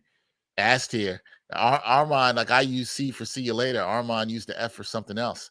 Get him out of here. I see that. I see you, Armand. Yeah, he definitely won't be back this year. Tyrone Taylor, who had an interesting season, didn't really. He got hurt midway through. Only had 2 home runs, 27 RBIs, batted .223, 598. But very good defense in center field. Maybe if he doesn't get hurt, the Mets don't trade for Cedric Mullins, but right. This is a guy that I think D at D best feels right. Yeah, his defense saves him from going into being an F. Absolutely right. We know that listen, they went to get Cedric Mullins because they thought Cedric Mullins would hit better than he could, And that's why Mullins was so disappointed, because he couldn't even hit better than Tyrone Taylor, who we knew was limited offensively out there in center field. But Tyrone Taylor's so good defensively in that position, what the Mets actually need. That's what saves him. But he's a D. We move on to Jonah Tong here. This is an interesting one. Yeah. But I'm inclined to say C. That's my inclination. My inclination is to say C. I think it's C or D for me. Mm-hmm. I can't give him an F. He had a 7.71 ERA, but this kid was put in such a tough position. Again, like Nolan McLean, although Nolan McLean more polished, the kid just got called up to AAA, maybe had 2 or 3 starts, then got called up to try to help this team during a pennant race, probably when he shouldn't have been. I can't give him an F. I think end of C, maybe early D, I think fits for him. I'm going to put him in D because we really didn't get much out of him this season. Definitely was a struggle for him, but I think that his future is definitely bright. I think that's the only reason I would have maybe gone a little bit to put him in the C tier. I think his future is bright. I think he showed some bounce back ability after that one start against the Rangers where he got shelled and then came back and was really good. So you saw some fight there. He was in a tough spot.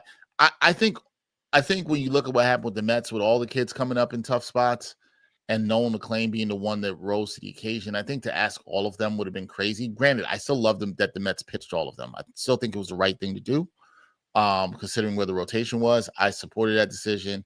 I applaud them for doing it. I don't think anybody else would have done it. I'm not mad at them doing it. The Mets, when you talked about the fact that the Mets' plans were messed up because of the expectations last year and then the health of the pitcher rotation, and I see people saying he wasn't ready to be brought up. Yeah, probably not. But I do like that the Mets did something different there, and we're like, hey, we're still trying to go for this. Let's go with the best talent that we have, even though some of them weren't ready. Let's go with the best talent. And I do think these games that the McLean, Sproat, and Tong pitched in, I do think it's going to bode well for these young men. I do think even though the team didn't get to the playoffs, I think them pitching in big games is going to help them in their development in the future. So I still liked it. I'm fine with him at D because it's hard to give somebody a C with a 7.71 ERA. I get that. But I think his upside is really good. So him being in the higher end of the D scale is fine. Maybe we'll put him ahead of Luis Angel Acuna here. Yeah. Luis Torrens. Look, C. The reason 5 homers, 29 RBIs, 226 batting average, and a 629 OPS. Look, man, you're not gonna do much better for a backup catcher in baseball. He's one of the better backup catchers in baseball.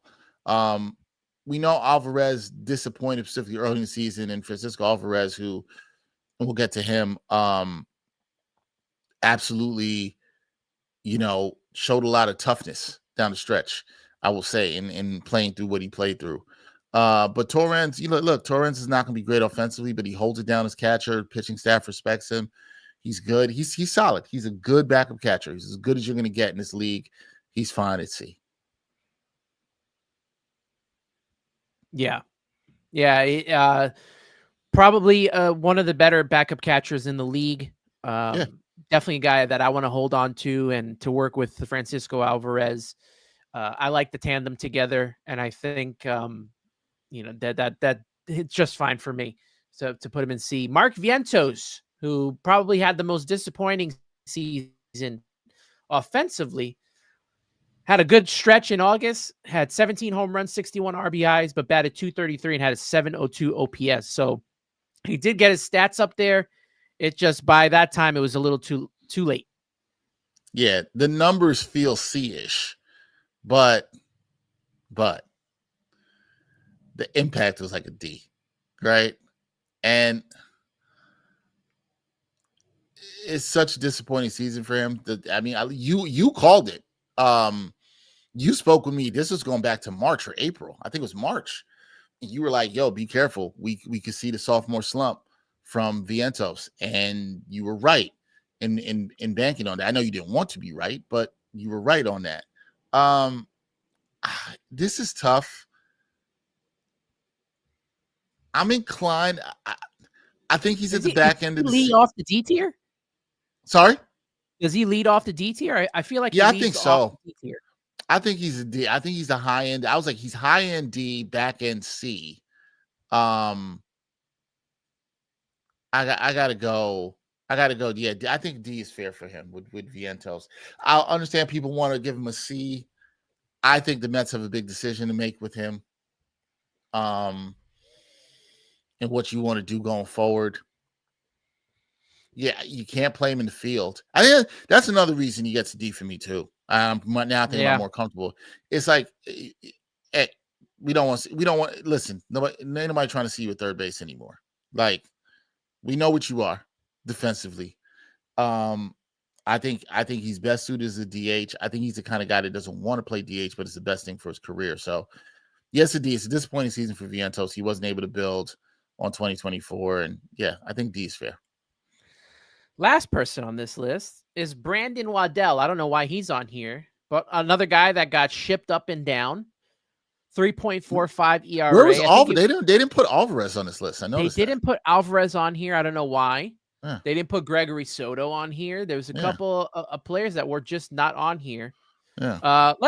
I'm gonna put Brandon Waddell in D tier. Yes. Because I know he came up and pitched multiple innings for this team when they needed it out of the bullpen. So he'll go in the detail. Let's talk about Francisco Alvarez. We'll he's not on here, but we'll talk about Alvarez's season here because this is a guy that struggled to stay healthy, not to his own doing because he got hit in the hand multiple times, but had 11 home runs, had 32 RBIs, 256 batting average, and a 787 OPS. Now, he went down. He got sent down to the minors after struggling and came back. And for a good 2 or 3 week span, we're like, man, the old Francisco Alvarez is back. Then he got hit in the hand again. So, he has more or less somewhat of an incomplete season here, but I think C is fair enough for Francisco Alvarez.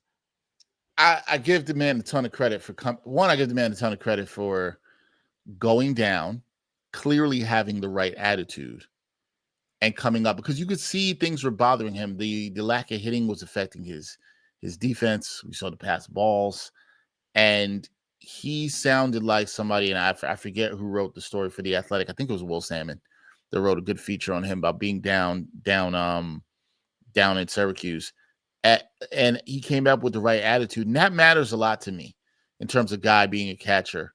I think Alvarez, if he can just stay healthy, he's had some tough luck, which is why I feel like an incomplete tier would be best for him, but we don't have that. But in terms of his production, I do think he finished the season strong. He had some big hits. He showed some fight pain through the pain. I think that matters a ton on a roster. I give him a C. Alvarez still has a lot of potential. I still think he can reach that. I think what I learned from him this year is he's a player who has a mentality that I like and I think can help this Mets team. He just has to stay healthy. I trust his mentality. I trust him to do the work and do what he needs to do to get back to the player that he wants to be. So Alvarez is a C. I think watching it and covering the team and talking to other fans, I think fans were frustrated with him early in the year, and I understood why, obviously. But I think he endeared himself with a lot of fans. I don't think I'm alone in that, in how he handled himself. I think how you carry things sometimes matters. Absolutely. And a lot of the chat agrees with you and putting him in the C tier. And a shout out to the chat for taking part in this, helping us out, putting these guys in these tiers. This is the first time I'm doing this, so a lot of lessons learned here. We need to add more tiers. Yes. And 2, I think I can create my own one, so I'll have more of the complete roster a part of this. I can't believe Francisco Alvarez wasn't in this when I went on the website, but nevertheless, we've got our tiers here. In the A tier, Edwin Diaz, Pete Alonso, Nolan McLean, Juan Soto, Brooks Raley. In the B tier, Francisco Lindor, Clay Holmes, Brett Beatty, and David Peterson. leading off the C tier, Brandon Nimmo to go along with Starling Marte, Jeff McNeil, Tyler Rogers, and Luis Torrens. In the D tier, Mark Vientos, Jonah Tong, Luis Angel Acuna. You got Kodai Senga. You got Tyrone Taylor, Justin Hageman, and Brandon Waddell, as well as Ronnie Mauricio. And then the F tier, the very deserved F tier, we got Ryan Helsley, Ryan Stanek, Sean Manaea, Cedric Mullins, and Hayden Sanger. So appreciate that. That was a fun little exercise to do. I'll be a little bit more prepared for the next one when we do it and have more of the exact roster out of there. Before we wrap up the show, I want to talk about the Mets pending free agents with you. Who should stay, who should go. Let's get the ones that are just probably not going to be re-signed. Ryan Stanek, not coming back. Gregory Soto, probably not coming back. I think Ryan Helsley, you could say goodbye to. And Jesse Winker, although I love Jesse Winker, I just don't think his back is going to hold up enough to keep him around for a full season. I wouldn't be terribly mad if Gregory Soto came back at the right price. Right. He's a guy, I think, like, you bring him back into the fold, full spring training, I think could be better.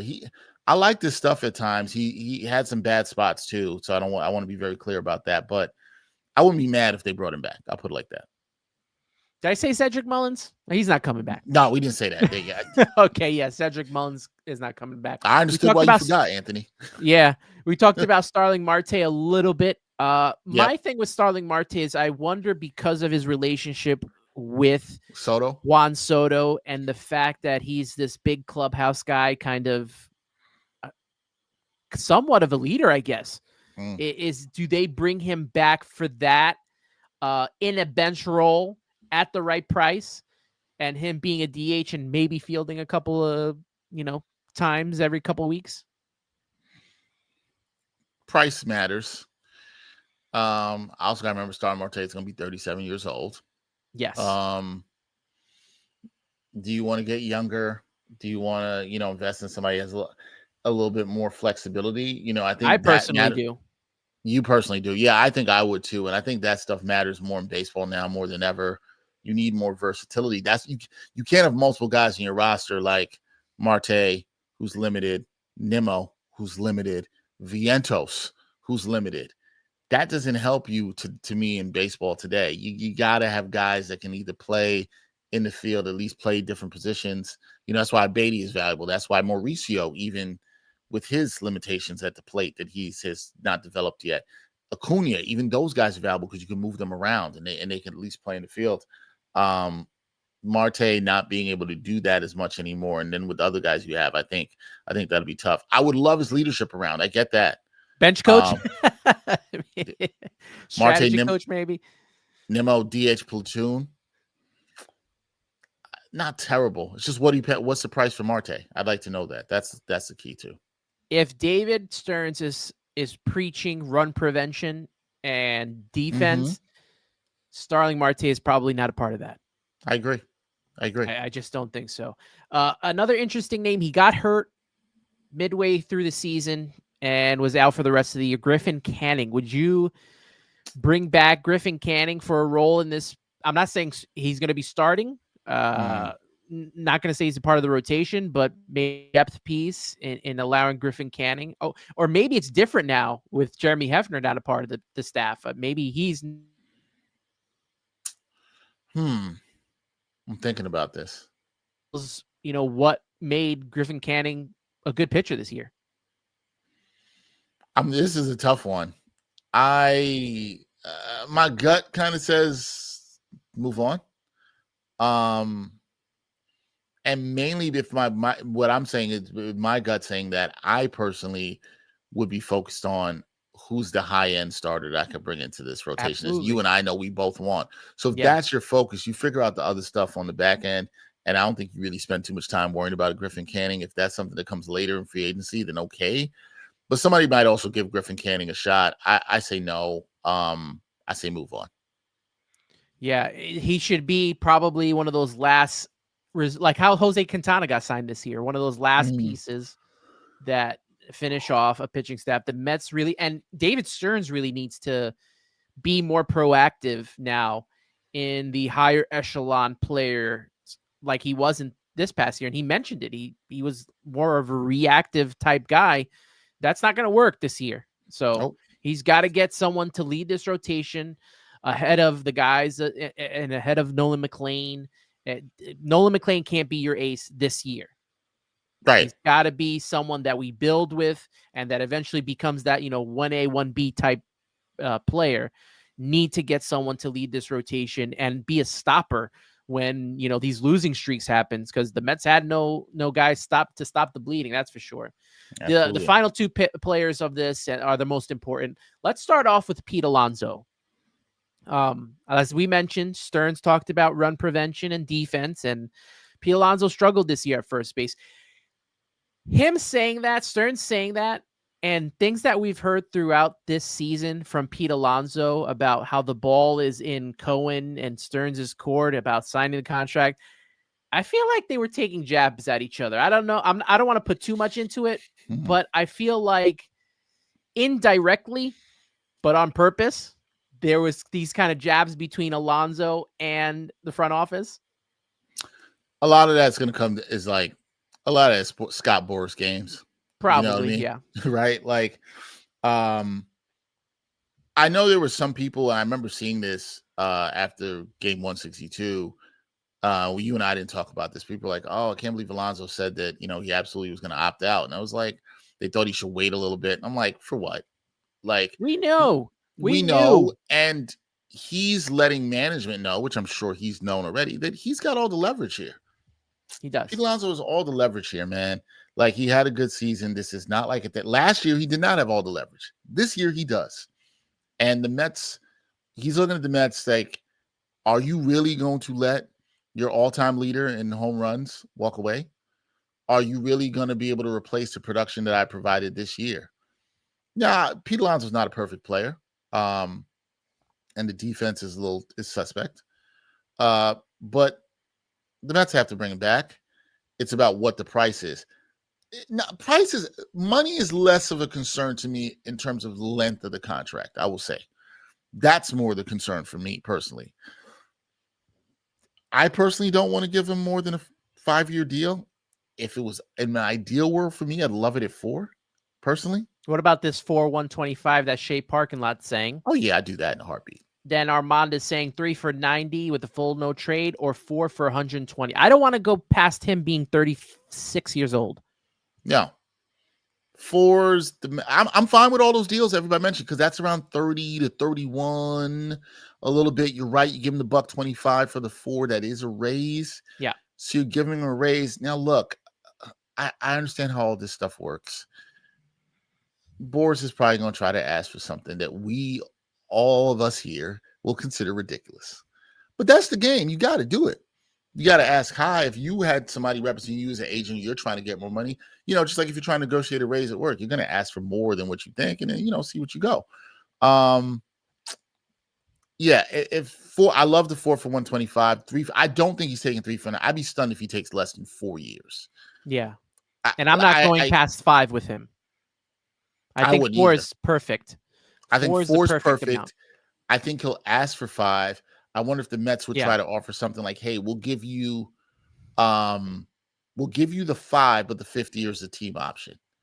Now, I'll say this again. Boras clients usually don't want that. Boras doesn't want that. I think the thing Mr. Scott Boras has to understand is he hasn't exactly been getting people paid lately. In fact, he's actually cost people money lately in the last couple of years.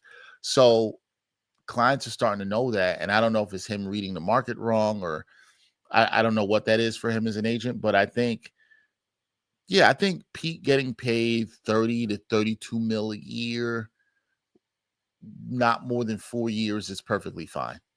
I think 32 is the average annual value I'd want to go to. And I'm not sure I'd want to go higher. Like you said, 5, anything over 5 is, but ideally 4. 4 would be perfect for me. I think 3, he's not signing because he knows he can get that more than that elsewhere. Somebody will open the bank for Pete Alonso, but I guess this is what I'll ask a lot of Mets fans. I'll throw it to you and I'll throw it out there. It's like, if Pete Alonso could get something, somebody's gonna give him 6 and 35 mil a year elsewhere, and he takes it and he wants the money. Are you losing sleep over losing Pete Alonso? That's gonna sound crazy that I asked that, because I understand he's a Mets all-time leader in home runs, but are you gonna lose sleep over that if the Mets make that decision and say, nah, he's not worth that? Because honestly, I'm inclined to agree with them if they make that decision on that valuation. Specifically on what I just mentioned, I would be inclined to agree with them. And you're muted. There we go. Stearns and Cohen better have a good plan B if Pete signs elsewhere, which I totally agree with. I don't know how much I trust Stearns to replace that production. Would the Mets? You're talking about like Josh Naylor or something? Like, what about the Mets trying to pry away another Yankee, Cody Bellinger? And Cody can play first. I keep hearing Cody Bellinger's name thrown out there, so I guess that could be a possibility. It's just going to be very tough for me, considering all the work that David Stearns has to do with pitching staff and, center field. And now he's got to do the coaching staff to now have to replace a 38, 130 RBI, 38 home runs, 130 something RBI type player and get that offensive production. But, that's what we pay him for. So, well, not we, but Steve Cohen. That's what Steve Cohen pays him for. Yeah. So we'll see. But yeah, listen, that's the cat and mouse game, and that's where we know Alonso has the leverage. It's how much leverage does he have over the Mets? Because see, the agents and Alonso knows that too. He's like, you got to do all this other stuff, and you need me. And what's the line? I'd love to know what the line is that the Mets would be willing to let him walk. I'm sure they have a number. I'm sure they have a number of years. I'm sure they've thought about all this, but what's the line? I think Pete comes back, and I think he comes back in the range we have, and I think everybody's happy. I actually think it's a deal that'll get done pretty quickly. I don't think this is going to drag out too far, because I think Pete wants to be back. Yeah, absolutely. But I think he wants some long-term security. That's why I think it'll end up being a 5-year deal, maybe with something in the middle like a team option, and they get it done. Final player of this list, Edwin Diaz. Now, considering the way that this bullpen has been this whole season, I can't see a way that the Mets now having to re-trigger this bullpen and reinvent it, now lose their closer, who's one of the best in baseball, maybe if not the best in baseball. To me, he's got to be a top priority for this team. Pay that man. This is one where the Mets also do not have the leverage, and you got to make him the highest paid closer in baseball. I agree with you. I think he's the best closer in baseball. I think you've seen him when needed. He can give you 6 outs. When needed, he can come into tough jams and get it done. Look, will there probably be a year you sign his contract where he's got a down year and he blows 4 or 5 games? Yeah, it'll happen because it happens to all these closers at some point. But no, you got to have it. Because people talking about what Stearns, Armand said Stearns and Cohen better have a good plan B if Pete signs elsewhere. What's your plan B if Diaz signs elsewhere? What's the plan B for that? And I actually might argue that would hurt more. I think so. I tend to agree with Edwin Diaz leaving would probably hurt more than Pete Alonso leaving. Yeah. Yeah, I agree. I think I know that relievers are fickle and we get good year, bad year, good year, bad. Like they have that Jekyll and Hyde type mentality, but Diaz, man, he just brings a whole nother aura to this team. He loves pitching in New York. Yep. And they have to figure out a way to get him because they're not going to sign Ryan Helsley to be the closer. Oh God, no. They don't want look. And like I said, I think we got to start looking at Diaz's career, and realizing he's one of the Mets' best closers. And there's so much talk about keeping Pete here, and he's the all-time home run leader. I think you got to keep Diaz here, and he's got a chance to finish and be something really special as a Mets player. He's also, I think for both him and Pete, he's got to win too. And you'd like to see him get more shots in the playoffs, something we haven't seen for Edwin Diaz in terms of his legacy. But, again, my thing comes to all this. It comes to coaches, comes to players, Anthony. If you're going to let him go, who are you replacing them with? How are you replacing that production? Again, I'm not saying there aren't times to move on from players, and there isn't a place to draw the line. I think there is at times. But for these two specifically, we're talking to about at the top of this list. How are you doing that? Who else is on the free agent market? I mean, I haven't fully checked and I haven't dove this deep into the free agent market for relief pitchers, but I mean, if Edwin opts out, which I think he will, I don't remember seeing anybody better than Edwin Diaz out there. I don't recall seeing that. So, yeah, I think those are guys you don't move on from. I think some of the other guys we talked about, yeah, you can move on from them. Well, Dexter, I appreciate you for all this time. Longest show I think I've done in Subway to Shea. Yeah, really? I think it has. Man. But we got so many points in and so much to talk about with the coaches, the tier ranking, and who we're going to keep and who should go. But let everyone know what you're working on, and tell them more about Straight Outta Flushing and what they got coming up in the off season. Yeah, first of all, this was fun. I didn't realize we talked for 2 hours, but it's good. I like talking sports, and it's good. We got to talk some Mets baseball. Straight Outta Flushing, we'll be doing some off-season episodes as news breaks through the off-season, so it won't be every Monday as it usually is, but we will have one coming this Monday. I'm going to be talking with Tyler Ward, who's going to be on with me. We're going to talk a lot about what myself and Anthony talked about today. So some of it may be a little redundant, but we're going to get a little bit of a different perspective, which is why it's always fun to talk to the Mets content creator community. So we're going to be talking about some of these, the coaching changes and what's next for the Mets and what they should do to probably, attack this offseason. So we're going to talk about that. That'll be that. We'll see what happens to the Mets as they make more announcements through this offseason. As far as other shows, New York Got Game, getting heavy into it with the Knicks season episode with myself and friend of the show, and Anthony, Brian Fonseca will be on me. We're going to be talking about what we've seen from the Knicks in their first 2 preseason games. And then Liberty lately is kind of on hold till we see what the Liberty do and what goes on with this very, very interesting collective bargaining agreement that's coming up in the WNBA. That should be absolutely fascinating. So we'll see about that. But everybody can catch me. Follow me at D Henry TV on the New York Post Sports YouTube channel. Please if you like the shows, hit the subscribe button. As always, I always tell everybody, please hit the subscribe button for my guy, Anthony Rivera. He does such a great job on the Subway to Shea podcast. Anthony will be appearing many more times this offseason with me on Straight Outta Flushing. So please look for him there. I love that people support independent media. Please, let's continue to do that. It is so important, as well as the state of media is right now in our country. Even if it's just sports, it is very important to have different voices on different platforms everywhere so we all can come as a community and have these dope discussions. And then I like to lastly say thank you to everybody who rocked with Anthony and myself here in the chat. Commenting, you made the show a lot more interesting. So Maureen, who always comments on a lot of my videos, I appreciate you. Armand, so Lulu, different people in here. Appreciate you all because you guys are rocking with us in the football Sunday morning, right before you watch the Jets or Giants. Hopefully not lose again. So we'll see. But Ant-Man, I appreciate you, brother. Thank you for having me. As always, we always have good discussions when you and I. People sometimes should hear our discussions off. Recording, but these are always fun too, man. They're always fun.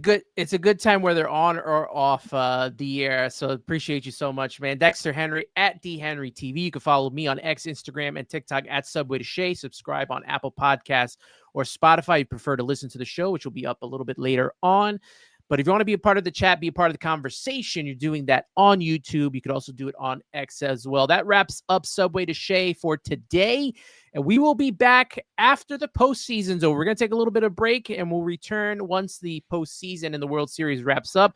We'll start getting into free agency and what's to happen this offseason in the hot stove for the New York Mets. But thank you, everyone, for the chat. Appreciate you all for being a part of this.